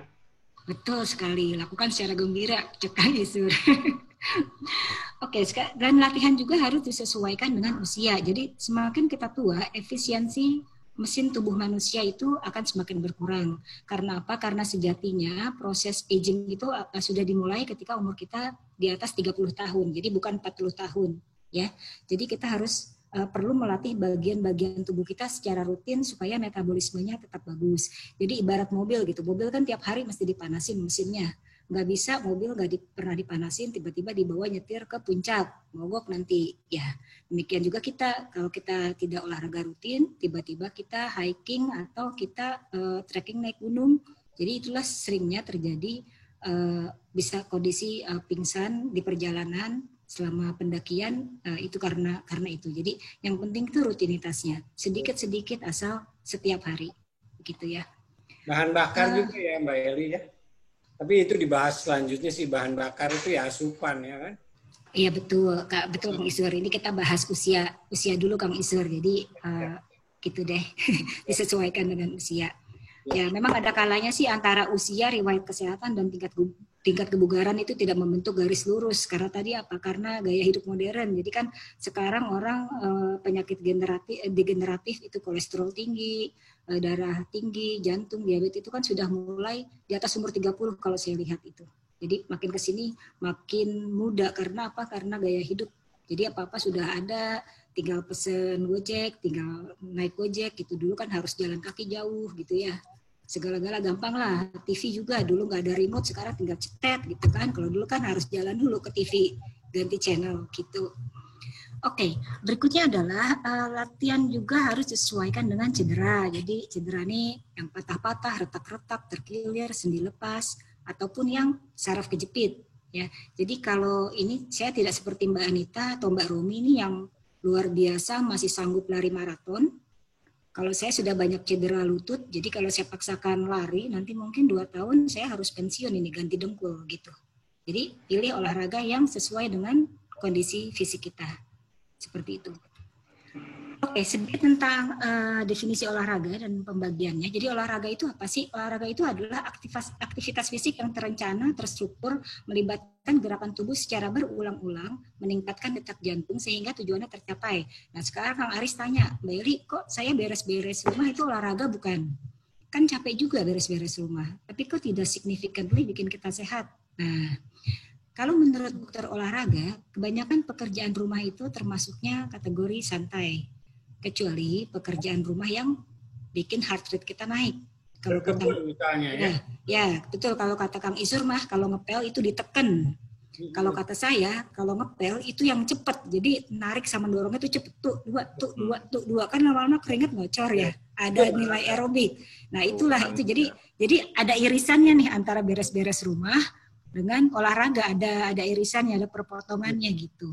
Tapi memang heart rate naik, disitulah olahraga terjadi. Betul, jadi kita harus mensiasati, umpamanya kalau di kantor kan ya daripada naik lift kan mendingan naik tangga gitu. Jadi ada irisannya antara aktivitas sehari-hari dengan olahraga gitu. Sekarang manfaatnya olahraga apa nih? Mungkin orang kalau sudah tahu manfaatnya olahraga, semua juga mungkin tahu ya. Cuman ini saya ditaruhin aja semua di sini buat penyemangat. Olahraga bikin sehat dan bugar. Jadi bugar itu definisinya itu adalah one step ahead daripada sehat. Orang sehat belum tentu bugar. Nanti Kang Isur bisa bantu jawab. Kemudian olahraga ini juga bikin enak tidur, mengobati insomnia, mengurangi kecemasan dan relaksasi. Kenapa? Karena sesungguhnya olahraga itu menghasilkan hormon endorfin. Jadi hormon endorfin itu membuat kita merasa nyaman, merasa senang, badan capek. Jadi nanti tidurnya pules gitu. Jadi mungkin di masa-masa COVID ini perlu juga berolahraga nih. Kalau udah capek kan jadi yang tadinya agak stres-stres mikirin COVID tuh agak kurang lah gitu ya. Dalam bahasa yang saya baca itu endorfin itu singkatan dari kependekan dari entimonologi morfin. Oh gitu, kok baru tahu saya Kang gitu. Artinya morfin yang diproduksi oleh tubuh yang kekuatannya lebih luar biasa daripada morfin narkotika. Oh gitu, aduh saya baru tahu. Ketika berolahraga itu, setelah olahraga, apapun olahraganya, biasanya hormon endorfin terproduksi dan karena ada sifat morfin membuat kita lebih bahagia. Olahraga kok capek-capek masuk ini, tapi setelah itu ketawa-ketawa. Jadi betul ada hormon happiness ada. Selain efek-efek yang lain, painkiller, kemudian mood buster. Jadi kita kalau habis olahraga biasanya misalnya lebih happy ya. Lebih happy, kerja menjadi lebih menyenangkan. Selain itu ya bonusnya adalah anti aging, nggak perlu ke RH kan? Kang Izur, endorfin itu bikin efek ketagihan juga nggak, Kang Izur? Iya betul, sama nih benar. Bikin ketagihan, makanya kalau Anita lari, sekarang Anita lari 5K, nanti lama-lama kan udah nyaman 5K, ya, terus betul, ikut 10K, udah 10K half marathon gitu ya. Itu saya rasakan, oke, bikin ketagihan, betul itu. Karena entimonologi morfin itu. Oh, entimonologi. Riwuh pisan. Entimonologi morfin, endorfin aja lah, endorfin. Endorfin, ya. Morfin yang diproduksi oleh tubuh lah kita kira-kira. Oke, saya lanjutkan ya. Selanjutnya olahraga itu juga mendukung program fat loss. Daripada diet kita kombinasikan juga dengan olahraga. Dan ini yang penting nih kalau saya menyemangati teman-teman cewek. Jadi gunanya untuk menunda penuaan sel-sel tubuh seperti Kang Isur tadi, anti-aging dan juga estetika. Maksudnya kenapa? Karena metabolisme kita secara keseluruhan baik. Jadi kondisi tubuh termasuk kondisi kulit itu juga lebih baik gitu. Jadi kalau dibilang 10 tahun lebih muda, kita mah bohong. Cuman ada pada iklan-iklan kosmetik. Tapi memang kelihatan lebih seger gitulah ya. Oke, dan olahraga juga mempunyai manfaat penyembuhan. Jadi sport is a medicine, saya udah pernah membuktikannya. Dan yang penting di saat COVID ini adalah meningkatkan imunitas. Mungkin hubungannya tadi ya, karena kita merasa senang, karena hormon endorfin itu kita merasa senang, dan imunitas kita insya Allah jadi lebih tinggi gitu. Betul. Kalau menurut saya, olahraga itu bisa dikelompokkan secara garis besar menjadi 3. Yang pertama aerobik, flexibility, dan muscle strength. Kita lihat detail saja dan mana yang paling penting untuk kesehatan tulang. Oke, yang pertama adalah aerobik. Jadi aerobik itu artinya adalah olahraga yang membutuhkan oksigen agar otot berkontraksi. Jadi sifatnya ritmis dan membuat ngos-ngosan. Ini bagus untuk kesehatan jantung. Contohnya jalan kaki, lari, sepeda, sepak bola. Nah itu adalah aerobik yang dilakukan oleh kaki. Tapi ada juga aerobik yang dilakukan dengan tangan. Seperti latihan bela diri, muay thai, karate, boxing itu pakai tangan. Atau yang kombinasi keduanya yaitu berenang, kemudian tenis, kemudian basket itu yang dengan keduanya. Nah, untuk latihan aerobik ini ingat selalu untuk menjaga maksimum heart rate di zona latihan yang aman. Ini penting sekali. Innalillahi wa inna ilaihi rajiun. Tadi pagi baru saja dapat berita duka, ada teman saya eksplorasi Netco itu wafat pada usia 43 tahun selagi jogging. Tentunya kita tahu bahwa umur itu memang sudah ketentuan Allah, sudah takdir Allah, tapi sebaiknya kita memang harus memonitor heart rate kita saat latihan. Nah, cara memonitornya kita bisa pakai yang ada di jam tangan atau pakai yang dipasang di tubuh itu seperti yang Nike punya itu ya. Nah, bagaimana nanti cara menghitung maksimum heart rate untuk umur kita masing-masing nanti bisa tanya sama Kang Isur ya, nanti dijelaskan Kang Isur nih.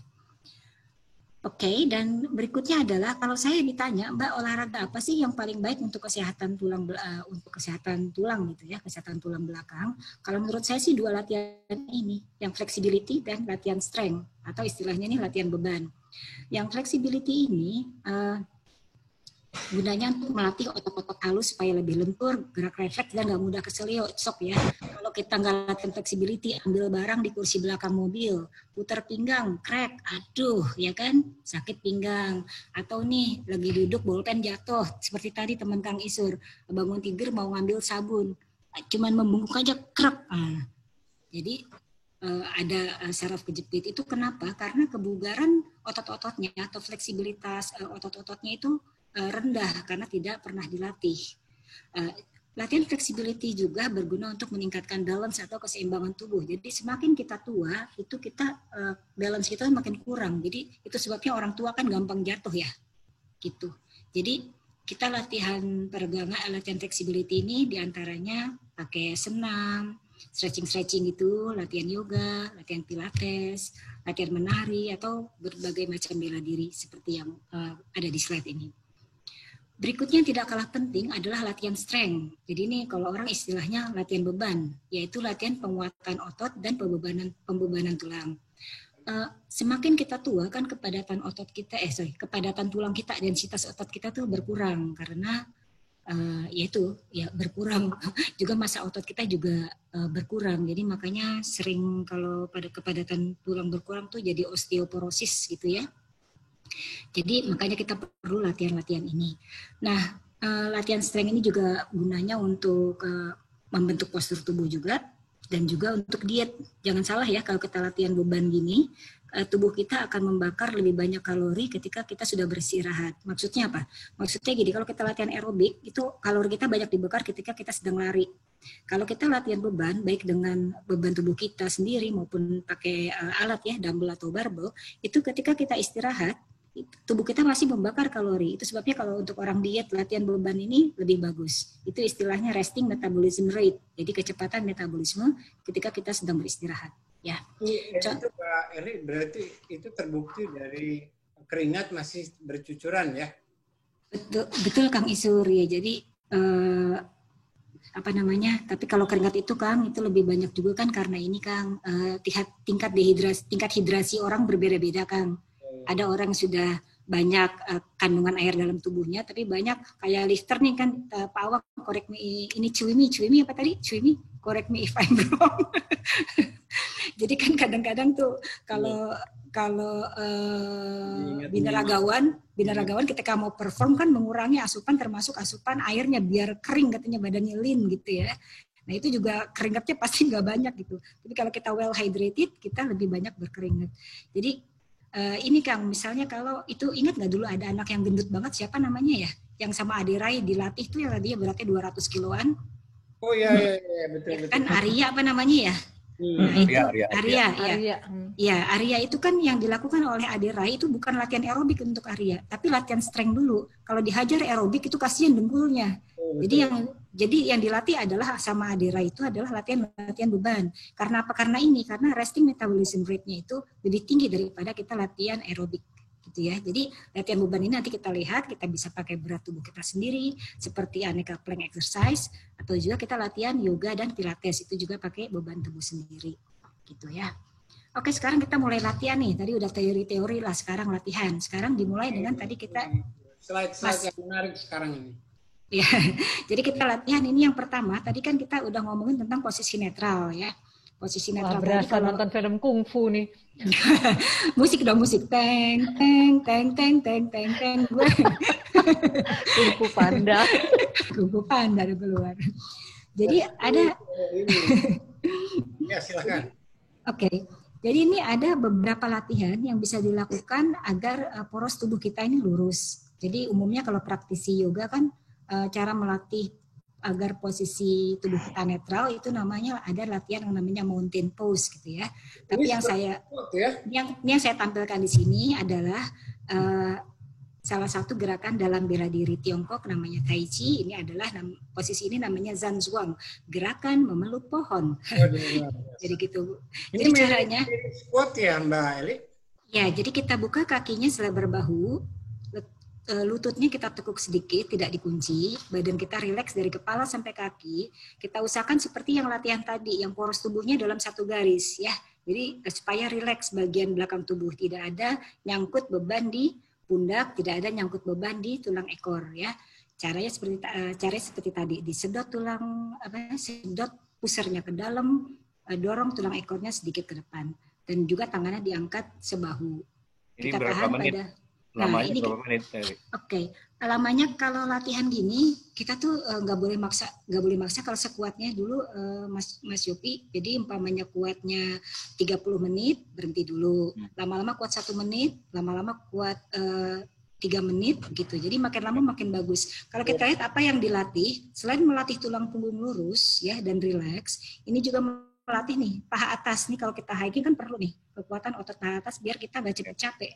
Oke, stamina nanti didapat dari latihan aerobik. Tapi kekuatan paha atas kita ini dilatih dari latihan pembebanan seperti ini. Salah satu latihan pembebanan kaki kita. Juga ini latihan shoulder bagian atas, upper shoulder juga supaya lebih kuat. Seperti itu. Jadi capek latihan. banget nih. Ya, lama-lama bisa jaga jet li lah pokoknya mah. Tai Chi Master. Sedikit mau nambahin. Iya, silakan. Untuk Mbak Noni itu. Udah berapa menit? Buka dada supaya dia rata bahunya. Bagaimana Mbak Noni? Maaf Mbak. Untuk bahu, bahu itu kan juga harus diperhatikan, nggak boleh diangkat. Tapi caranya supaya rata dengan bahu kita rata itu tangan yang dibuka, dada, jadi bahunya rata. Itu. Oh iya, ya betul. Ya makasih Mbak Noni. Mbak Noni suka latihan Tai Chi juga nih. Ya sering. Oh iya tuh, Mbak Noni bisa share nih. Jadi supaya Mbak Noni bilang supaya bahunya rata, ini rileks. Jadi ketika narik tangannya ke atas juga itu ibaratnya tuh seperti ada benang ya. Sejajar dengan bahu tangannya. Iya, jadi kita tariknya pelan-pelan seperti ada benang yang narik tangan kita. Akhirnya sampai tangannya sejajar dengan bahu. Seperti kayak Mbak Noni bilang tadi. Jadi lurus, ini posisi pundaknya rileks, tidak tertarik ke atas. Itu ya. Oke, nanti ini cuma salah satu contoh saja untuk menetralkan tulang belakang biar lurus. Tapi kalau dirasa posisi ini susah, mungkin kita bisa lakukan yang berikutnya. Yang berikutnya adalah meluruskan tulang belakang pada posisi tiduran. Nah, jika Kang Aris resep ya, gampang ya mah. Ya. Jadi kita berbaring pada. Tadi juga saya bisa, tapi sambil duduk enak. Jangan duduk atuh. Maunya yang enak-enak aja. Iya. Jadi ini adalah option lainnya, kita ngelurusin tulang punggung ya, mungkin sebelum tidur juga bisa. Jadi kita berbaring rileks pada bidang yang datar, jangan tempat tidur. Kalau tempat tidur tuh kan nggak rata dan terlalu empuk. Jadi nanti punggungnya susah lurus gitu. Jadi berbaring pada bidang yang datar, sama seperti tadi, usahakan punggung kita ini rapat dengan lantai.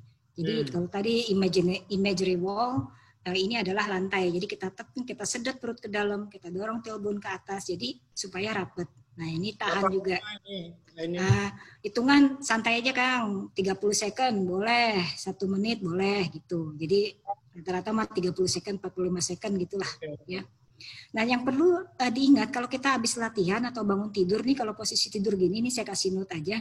Jadi kita bagusnya miring dulu, miring kanan boleh, miring kiri boleh. Kalau saya prefer miring kanan. Kemudian sanggah badan pakai sikut kanan, dorong pakai tangan kiri untuk duduk. Sering kalau kita bangun tidur langsung duduk itu seringnya keselio pinggang sama sakit punggung gitu. Ataukah karena saya ini setengah abad jadi gitu. Ini memang nggak boleh langsung duduk, kalau telentang harus miring kiri atau miring kanan dulu baru bangun. Ya kan? Iya, Kan, Mbak Eli, kata dokter syarafku juga gitu, Mbak, harus dimiringin dulu katanya. Ya, jadi bukan masalah umur aja ya. Jadi memang kesiapan otot kita karena habis tidur sering terjadi cedera dari tidur ke duduk. Apalagi kalau yang punya HNP itu sering sekali masalah kan kalau dari tidur mau ke duduk gitu ya. Bisa kena lumbal. Iya, betul, kena. Gimana nih? Pernah lihat di yoga itu kakinya disilang. Kan edit tidur gitu, kakinya disilang terus baru bangun. Bisa kayak gitu. Begitu. Jadi silang dulu kan sambil tidur, kakinya silang, terus bangun. Itu lebih enggak terbeban. Lebih enggak membebani ya. Iya, jadi ada pas yoga ada yang seperti itu gitu. Yuse benar, mana Yuse? Nah, benar. Melatih Anita kayaknya. Ya, iya. Kayak saya nggak akan bangun-bangun itu. Iya, ini positif nih, harus ada kelas yoga ini positif ini Mbak Yuse sama Anita. Masalah perut Mbak Yupi. Iya. Kaki itu ditumpukin, jadi kayak twisting si lututnya. Kan tadi Mbak Eli ngadep kanan ya. Iya. Nah jadi ditumpuk si paha, lutut sampai kakinya ditumpuk, baru ya ditopang sama tangan kiri baru ngangkat gitu. Oke, terima kasih Yuse udah melengkapi. Jadi ketika kita miring nih ditumpukin kata Yuse gitu ya. Si kaki kiri ditumpukin di kaki kanan gitu. Berarti selama ini saya salah ya. Saya bangun tidur langsung salto nih. Langsung gaya. Ingat kompor ya Kang? Iya. Hati-hati masuk itunya. Oke, lanjut ya. Oke. Ini berikutnya adalah variasi latihan lain yang menurut saya paling bagus untuk dilakukan sehari-hari ya. Jadi ini adalah latihan favorit saya selama 14 tahun terakhir. Saya udah dicentreng nih. Aneka plank exercise. Jadi kenapa? Karena ini gerakan ini selain melatih otot punggung, dia juga melatih abs, melatih perut, dan juga melatih upper shoulder. Jadi kan kalau punggung kita kuat bawa ransel. Kita kuat angkat koper, kita kuat angkat dian, kan Di? Menunggu komen dari Dian. Setuju. Jadi, nanya, ini kalau orang hipertensi boleh nggak nih? Boleh Mas Yupi, karena ini tidak terlalu melelahkan. Jadi ini nilai aerobiknya tidak tinggi gitu. Ya, jadi makanya tadi saya pisahkan klasifikasinya. Yang tidak meningkatkan heart rate. Jadi kalau saya ditanya nih ya, saya cuma punya waktu, saya kan tadi bilang saya punya cedera lutut, jadi saya mengurangi latihan aerobik ya sekali-sekali lah saya lari gitu. Tapi otherwise saya latihannya begini-begini aja nih, yang enteng-enteng gitu.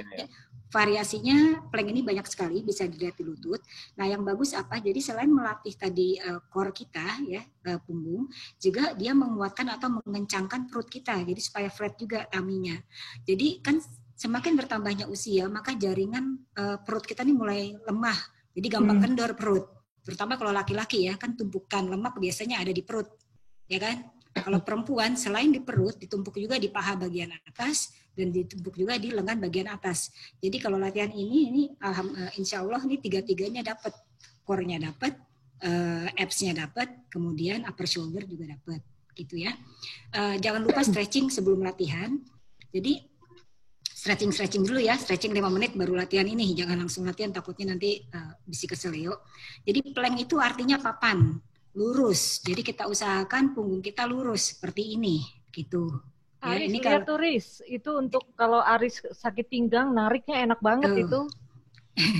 jadi dari yang gerakan yang paling sederhana nih variasinya yang ini namanya nomor 1 elbow plank. Jadi kita taruh elbow-nya di lantai ya, kemudian angkat badannya. Kalau sudah nyaman dengan gerakan ini, kita bisa lakukan yang namanya high plank, jadi seperti posisi push up, kemudian kita tahan, nggak usah diturunin, jadi kayak gitu. Nah, nggak usah kalau latihan olahraga tuh, kalau kata saya jangan ngotot, jangan ngoyo. Jadi kuatnya 5 detik, tahan 5 detik aja dulu. Nanti kalau udah nyaman 5 detik, tambahkan 10 detik. 10 detik nyaman, tambahkan 20, 30, 45 detik, 1 menit, and so on gitu.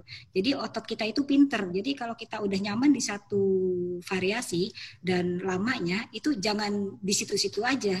Karena dia tuh otak kita udah jadi pinter, jadi kita challenge, kita tambah lagi latihannya dibikin lebih susah lagi dan lebih lama lagi gitu, supaya hasilnya maksimal. Kalau nggak nanti udah nggak ada efeknya. Boleh sharing. Kakinya lurus atau terbuka selebar bahu? Kakinya dibuka selebar bahu, Mas Yopi.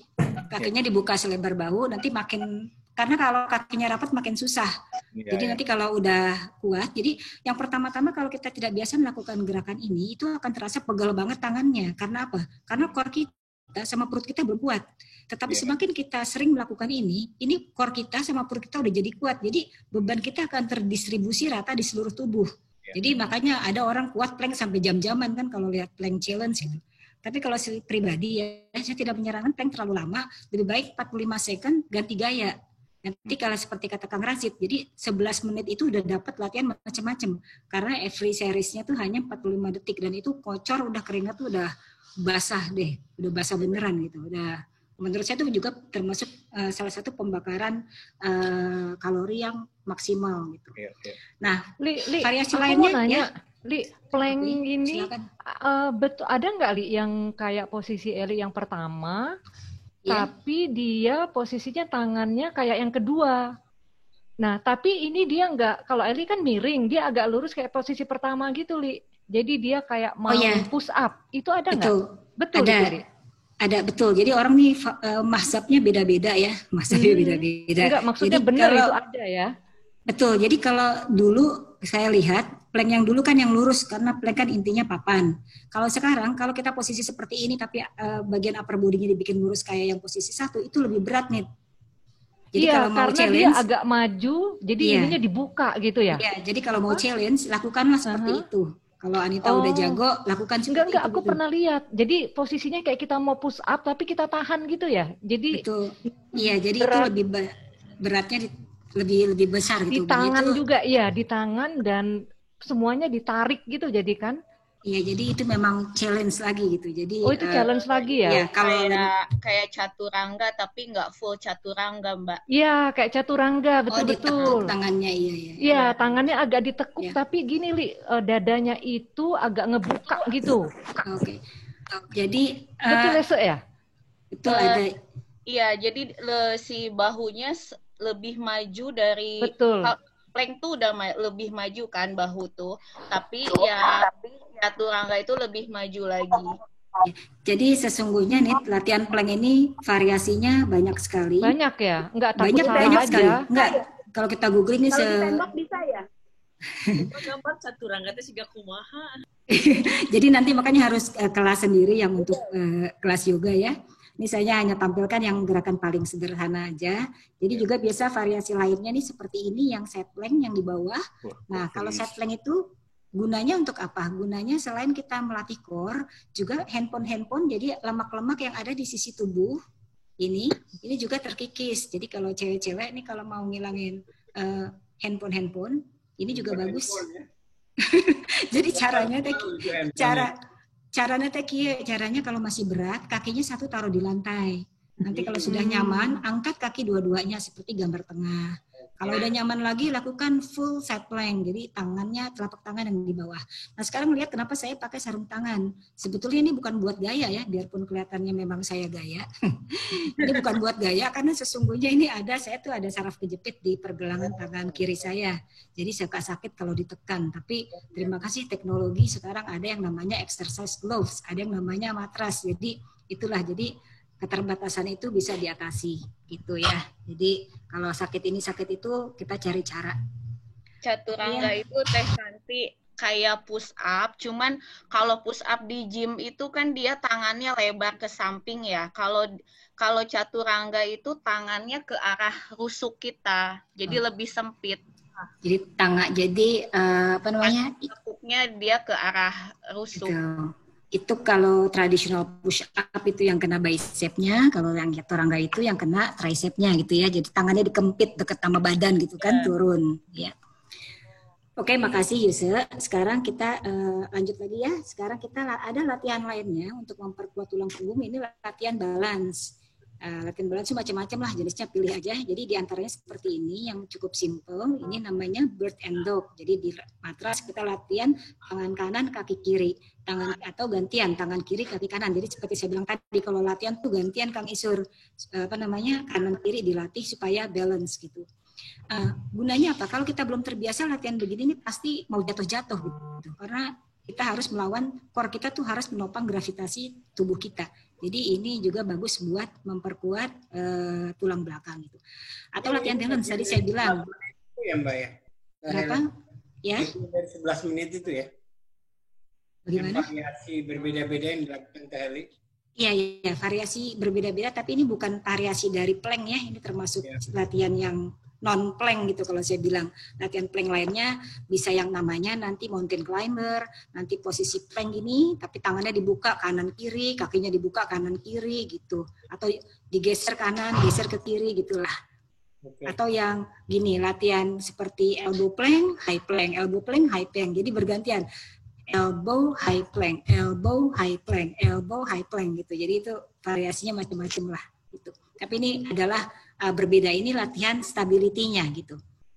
Oke, yang perlu juga adalah latihan balance. Kayak tadi saya bilang, makin kita tua itu kita kan makin gampang jatuh. Jadi kita harus latihan angkat salah satu kaki. Nah, caranya macam-macam. Ini kalau digambar nih saya ini rada gaya ya. Ini adalah salah satu gerakan jurus pedang dalam latihan Tai Chi. Jadi ini cuma salah satu contoh aja, bisa macam-macam. Intinya mah angkat salah satu kaki, tahan.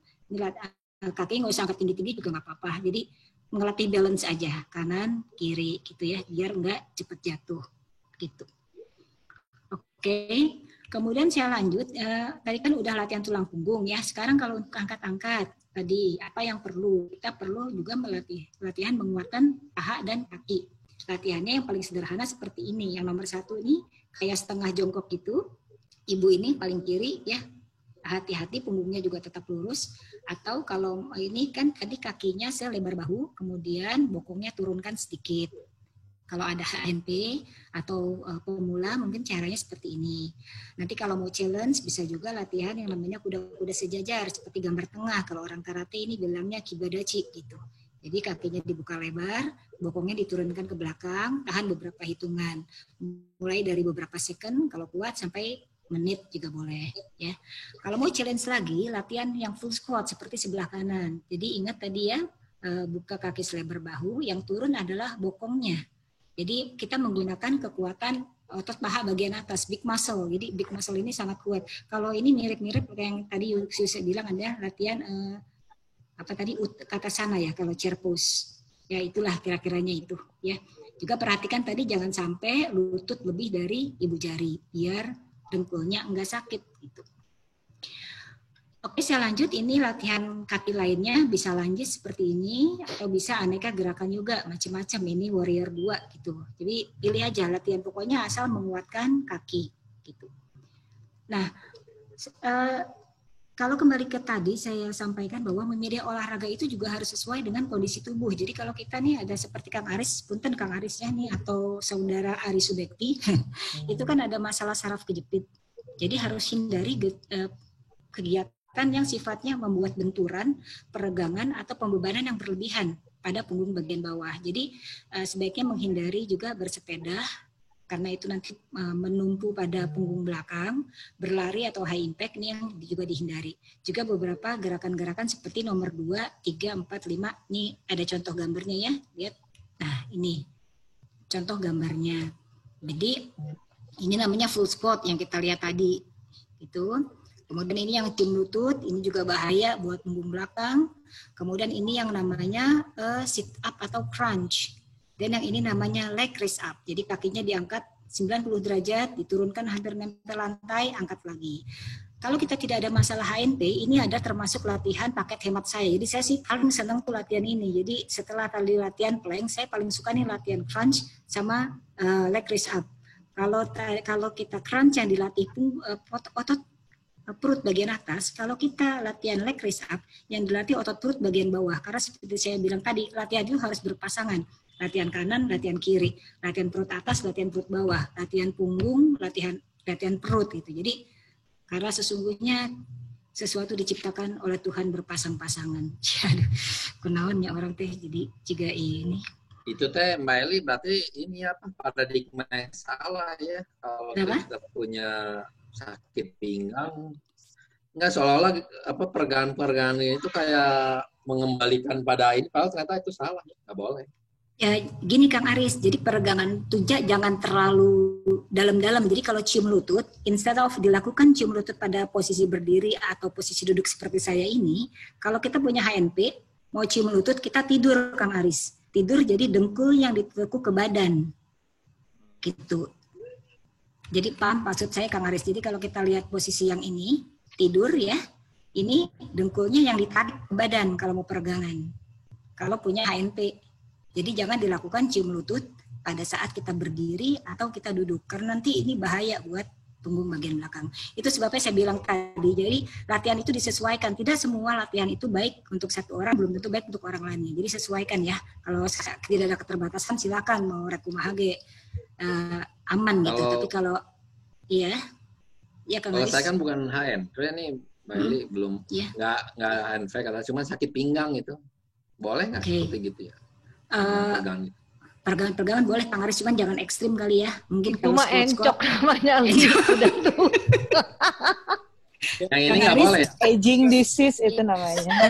Bisa Kang Aris bisa juga kalau menurut saya Kang Aris itu sakit gitu karena kurang digerakkan. Jadi nggak apa-apa latihan stretching gitu Kang, flexibility. Jadi mungkin itu sering sakit karena kebugaran fleksibilitinya itu kurang. Jadi kan orang kebugarannya kan macam-macam, kebugaran aerobik, kebugaran fleksibility. Jadi otot-otot Kang Aris teh kurang lentur gitu. Jadinya jadi bergerak jadi bergerak sedikit sakit, bergerak sedikit sakit gitu. Makanya kita juga saya tampilkan selain kita harus latihan aerobik seperti Kang Isur tadi, kita juga perlu latihan flexibility dan latihan strength ini.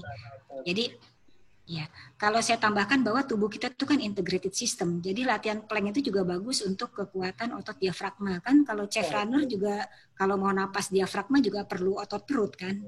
Itu jadi tubuh kita tuh terintegrated. Latihan satu pasti perlu latihan yang lainnya gitu. Tapi lakukanlah yang aman. Jadi kalau Kang Aris mah nggak apa-apa Kang. Jadi stretching, peregangan tapi jangan yang ekstrim gitu. Mungkin kalau yang cium lutut nih mah ekstrim gitu. Kalau belum biasa pelan-pelan, jadi sedikit gitu ya kalau belum HNPD. Nah, itu kali kekuatan otot dan tulang ya. Itu Mbak Eli, kayak gini kali yang sebelum plank itu telapak tangan di bawah, terus kayak jadi badannya kayak segitiga lurus gitu, kayak downward facing dog. Oh iya downward facing dog. Itu kan nggak apa buat segala macam orang yang bermasalah itu aman. Karena itu relax malah seluruh tulang ya. Kayak memanjangkan badan tanpa ada penekanan di pinggang. Kang Aris paham nggak itu maksudnya Yusuf? Ini aja kalau yang Yusuf bilang itu Aris lihat kucing deh. Kucing itu juga suka loh kayak gitu. Aku perhatiin kucing di rumahku. Kalau dia stretching tuh salah satunya itu. Masa Aris kalah sama kucing? Saya kirim ke WA aja ya. Ya, ini ya sebetulnya ya nanti nih saya ada matras sih di belakang. Tapi nanti bisa juga dikirim aja lah lewat WA. Maksudnya bisa dipraktikkan. Tapi kalau enggak juga nggak apa-apa. Saya sih maaf ya pencet jadi ini. Maaf tadi udah sampai yang mana ya? Sampai yang ini ya. Terus. Ya. Jadi sebetulnya sudah ya terakhir gitu. Terakhir tuh tinggal penutup aja. Jadi mungkin Isur ada yang mau di-share dulu sebelum penutup. Ada ya. Tadi silakan aja Mbak ini sambil jalan aja. Silakan. Oke, ini cuman slide terakhir aja. Jadi sebagai penutup nih saya cuma mau cerita. Jadi beberapa waktu yang lalu saya kumpul-kumpul sama teman-teman SMA.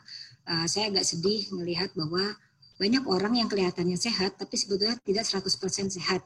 Ada teman saya yang datang pakai tongkat. Ada yang kakinya, jari-jari kakinya habis diamputasi karena diabetes. Ada juga yang ada masalah asam urat sampai bergerak juga susah. Jadi kesehatan adalah rahmat Tuhan yang harus selalu kita syukuri dan kita jaga. Salah satu cara menjaganya adalah dengan berolahraga. Nah, kalau sudah kita olahraga, apakah pasti sehat? Tentu saja tidak, karena sesungguhnya sakit dan sehat itu adalah qadarullah, adalah takdir dari Tuhan. Tapi kan kita sebagai manusia, kita wajib memilih jalan. Ya, kita wajib memilih jalan untuk memenuhi takdir kita. Jadi takdir mau jadi sehat atau takdir untuk menjadi sakit. Nah, gitu. Berat ya juga Mama Dedeh orangnya. Oke, saya kembali menjadi Mama Eli. Nah, begini ya. Jadi lakukanlah olahraga minimal jalan kaki atau stretching 3-5 kali seminggu. Ya. Setelah itu kesehatan kita adalah investasi jangka panjang dan tubuh kita adalah cerminan apa yang kita lakukan terhadapnya. Jadi sekarang jangan tunggu sakit, ayo rajin berolahraga. Gitu. Itu sih sekian dan terima kasih. Insya Allah ada manfaatnya. Luar biasa ya Mbak. Mohon Eli. Ya, cuman gitu aja. Kita kasih tepuk tangan dulu dong. Ayo kita kasih plus. Wow, sweet. Cuman gitu aja. Salam sehat semua. Salam sehat semua. Insya Allah sehat. Ya, Mbak Noni tuh. Kabar Mbak? Alhamdulillah Eli. Iya. Ternyata bisa ketemu lagi ya. Iya benar. Jadi Mbak Eli ini mendapatkan manfaat dari olahraga ya. Jadi terima kasih Mbak Eli atas sharingnya yang bermanfaat dan kalau dari sisi manfaat tadi tentunya mendapatkan manfaat yang luar biasa. Salah satunya adalah organ tubuh kita yang tetap sehat ya Mbak Eli ya. Ya insya Allah amin. Insya Allah ya. Sehingga itu yang membedakan orang yang berolahraga dengan yang jarang berolahraga. Sehingga kalau tadi dibilang dari itu umurnya sekian, menurut saya tidak demikian ya, karena membedakan seseorang dengan yang lain. Kalau di bidang geologi itu ada yang namanya umur bebatuan ya. Kalau di olahraga itu kita ada namanya umur biologi. Mungkin saja umur KTP Mbak Eli sekian, tapi umur biologi Mbak Eli masih 30. Aduh, ya boleh diambil itu kompornya Kang. Saya kasih kompor gratis ya. Dan itulah karena manfaat yang didapat dari olahraga tersebut. Jantungnya tetap sehat, tetap muda, kulitnya juga, dan yang lainnya. Itulah umur biologi termasuk lemak-lemaknya. Semoga tadi sharing yang kira-kira hampir 2 jam itu dengan pertanyaan yang banyak itu akan memberikan manfaat buat kita semua. Geotrack ya kan. Nah, kita semakin sehat, semakin fleksibel, otot kita semakin kuat, tulang kita semakin luar biasa. Dan yang tidak kalah penting yaitu tadi tolong latihannya dimulai perlahan-lahan disesuaikan dengan kapasiti masing-masing ya, Meli ya. Betul, betul Kang. Silahkan kalau ada pertanyaan, monggo. Mbak Rini mau nanya apa Mbak Rini? Silahkan. Iya, saya jadi tertarik nih pengalaman Mbak Eli yang menyembuhkan cedera lututnya tanpa operasi ya? Operasi, oh ya. Jadi gini dulu. Gitu. Sebenarnya malu ya. Waktu itu umur saya dulu juga suka latihan Muay Thai.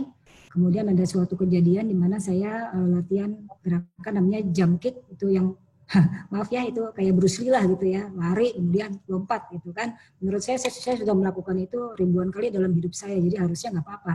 Tapi somehow ketika mendarat itu kaki saya yang satu tuh lurus, jadi dengkul saya tuh keluar dari tempatnya dan saya masukin sendiri, cetak gitu kan, aduh sakit banget gitu. Ya. Kemudian ketika dibawa ke dokter ternyata itu robek gitu. Jadi kalau saya jalan juga lututnya suka kayak mau copot-copot sendiri. Nah terus dokter suruh saya operasi untuk merobekkan itu. Kemudian katanya operasinya sih 1/2 jam tapi recovery-nya bisa 6-10 bulan. Saya nggak bisa nih 6-10 bulan bed rest, kayaknya nggak bisa deh saya bilang gitu. Kemudian yang saya lakukan, saya tidak berhenti olahraga, tapi saya tetap berjalan tiap hari, every single day saya jalan di treadmill. Jalan saja dan harus di treadmill. Kenapa? Kalau nggak jalan nggak di treadmill, saya nggak bisa kontrol. Kalau di treadmill kan pasti lurus. Jadi tidak ada twisting, tidak ada proses belok-belokin dengkul. Karena sebetulnya sunatullahnya memang dengkul kita tuh bergerak ke satu arah. ya kan? Cuman depan, belakang gitu kan. Diciptakannya kan dengkul kita kan, ini juga nih diciptakan kan satu arah harusnya gitu. Dengkul juga sama gitu. Jadi itulah, jadi saya lakukan every single day, saya jalan di treadmill setiap hari, lurus saja gitu. Jadi tambah lama tambah cepat. Dalam 1,5 tahun saya MRI lagi, itu sudah rapet. Robekan saya itu sudah hilang gitu. Dan saya alhamdulillah masih bisa maksudnya beraktivitas seperti biasa. Gitu. Kecuali gerakan kembali ya. Yang robek ligamen ya, El? Kartilago waktu itu, tulang rawan ya. Oh. Terus waktu berjalan selama itu waktu masih dalam proses penyembuhan, saat berjalan di treadmill itu ada rasa nyeri atau tidak, Mbak Eli? Nyeri, jadi pelan gitu. Jadi kan saya bisa pegangan di treadmill kan kanan kiri pegangan. Jadi pegangan pelan. Setiap hari begitu, pas udah biasa, udah mulai nggak sakit, bisa lepas tangan pelan aja, tapi jalan dan harus satu arah. Kalau saya jalan di jalan bukan yang di treadmill itu kan pasti goyang-goyang matanya ke sana kemari gitu. Jadi nggak fokus kan. Jadi bisa malah ada twisting, ada belok-belok di dengkulnya gitu. Jadi mendingan dijaga yang rapat. Jadi saya selalu pakai deker setiap hari gitu, pakai sepatu kets setiap hari, dan 1,5 tahun alhamdulillah itu rapat lagi gitu. Padahal tadinya sih dokter operasi itu. Oke. Ya. Makasih Mbak Eli. Ya sama-sama Mbak Rini. Jadi saya sudah membuktikan juga sendiri. Mbak Kelly kan ya punya ini juga kan lagi itu. Mbak Kelly. Mana Mbak Kelly ada tuh. Oh ya Mbak Kelly ya. Kelly kan baru operasi juga kan. Tidur. Kang itu mau nanya dong. Kang tuh ayah nanya Kang.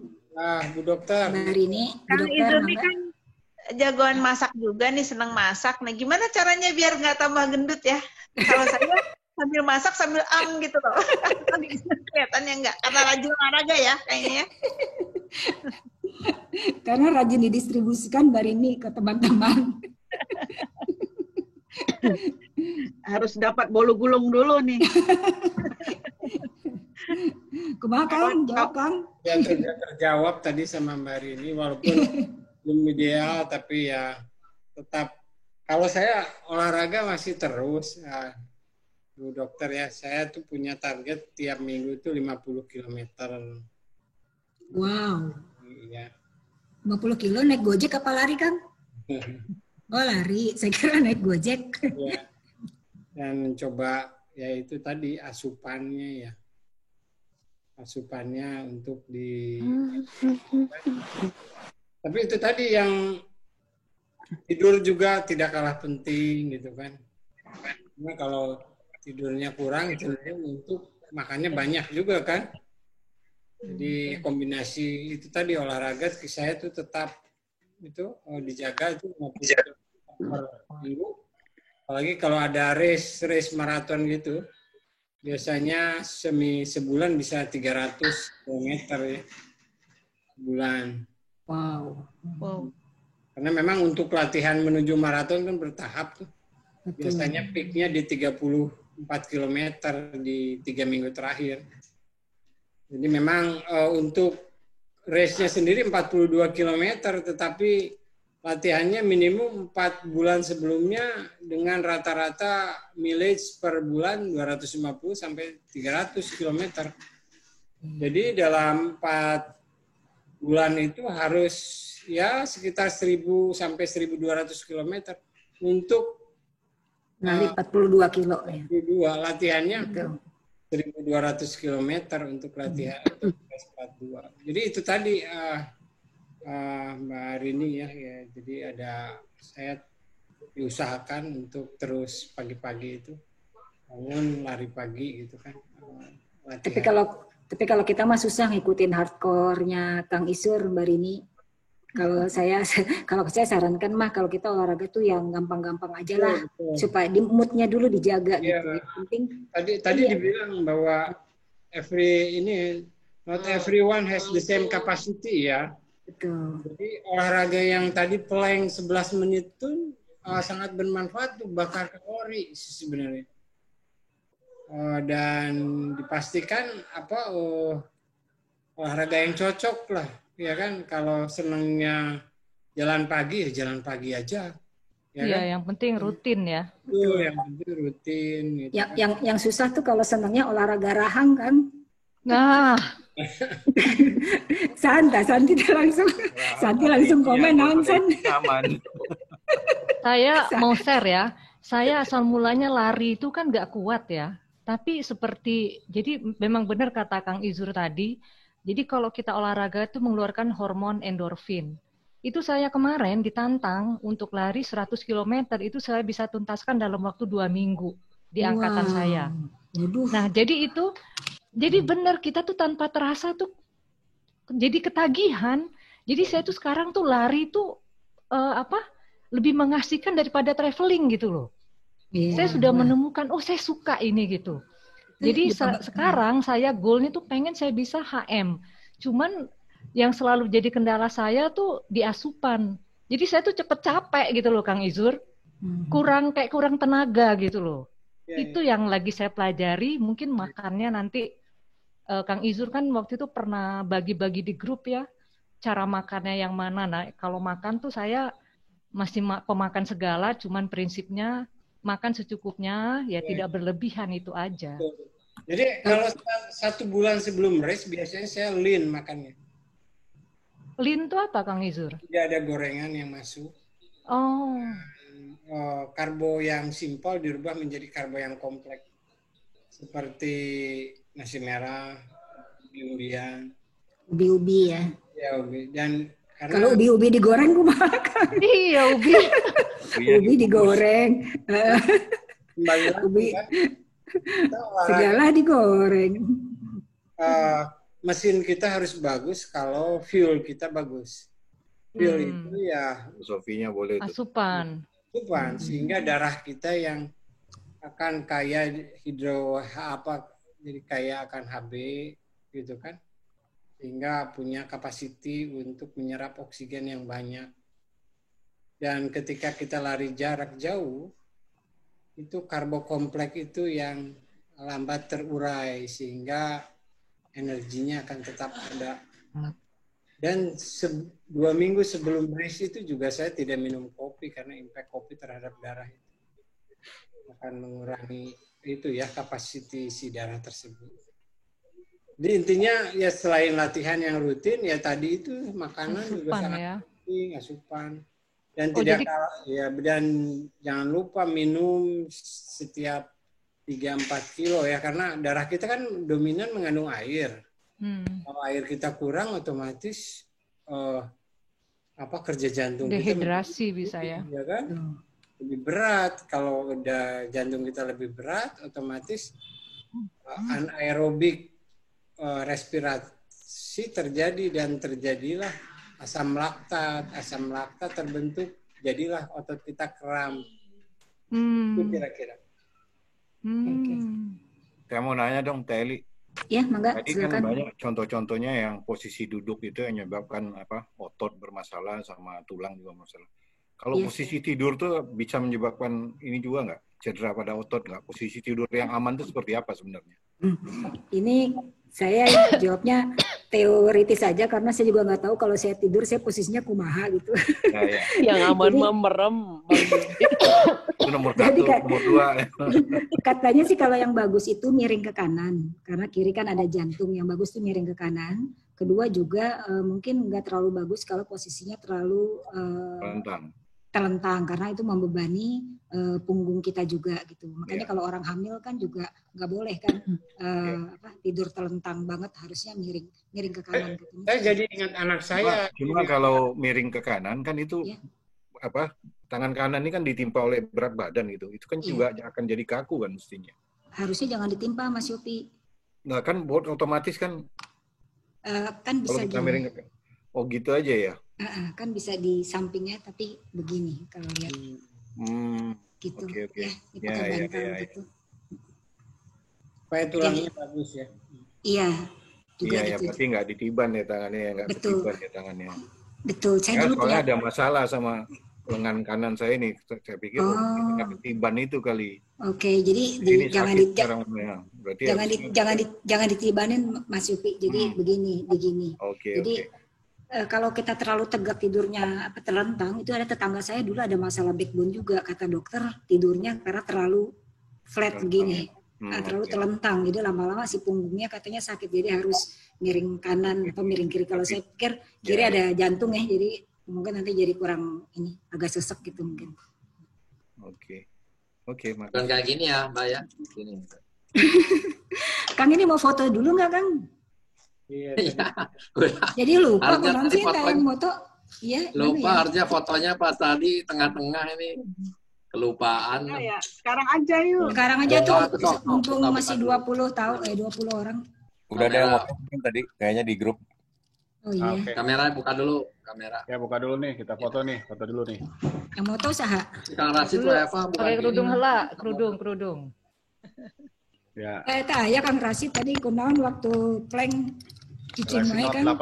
Neti mana Neti? Udah lama nggak pernah kelihatan Neti. Ini Putri. Ada Putri itu. Mas Yuda dibuka, Mas Yuda. Ya foto. Nonton bayaran. Tanya Putri nih, Put bener nggak itu mamanya mau olahraga tiap hari? 1, 2, ya. Cheese.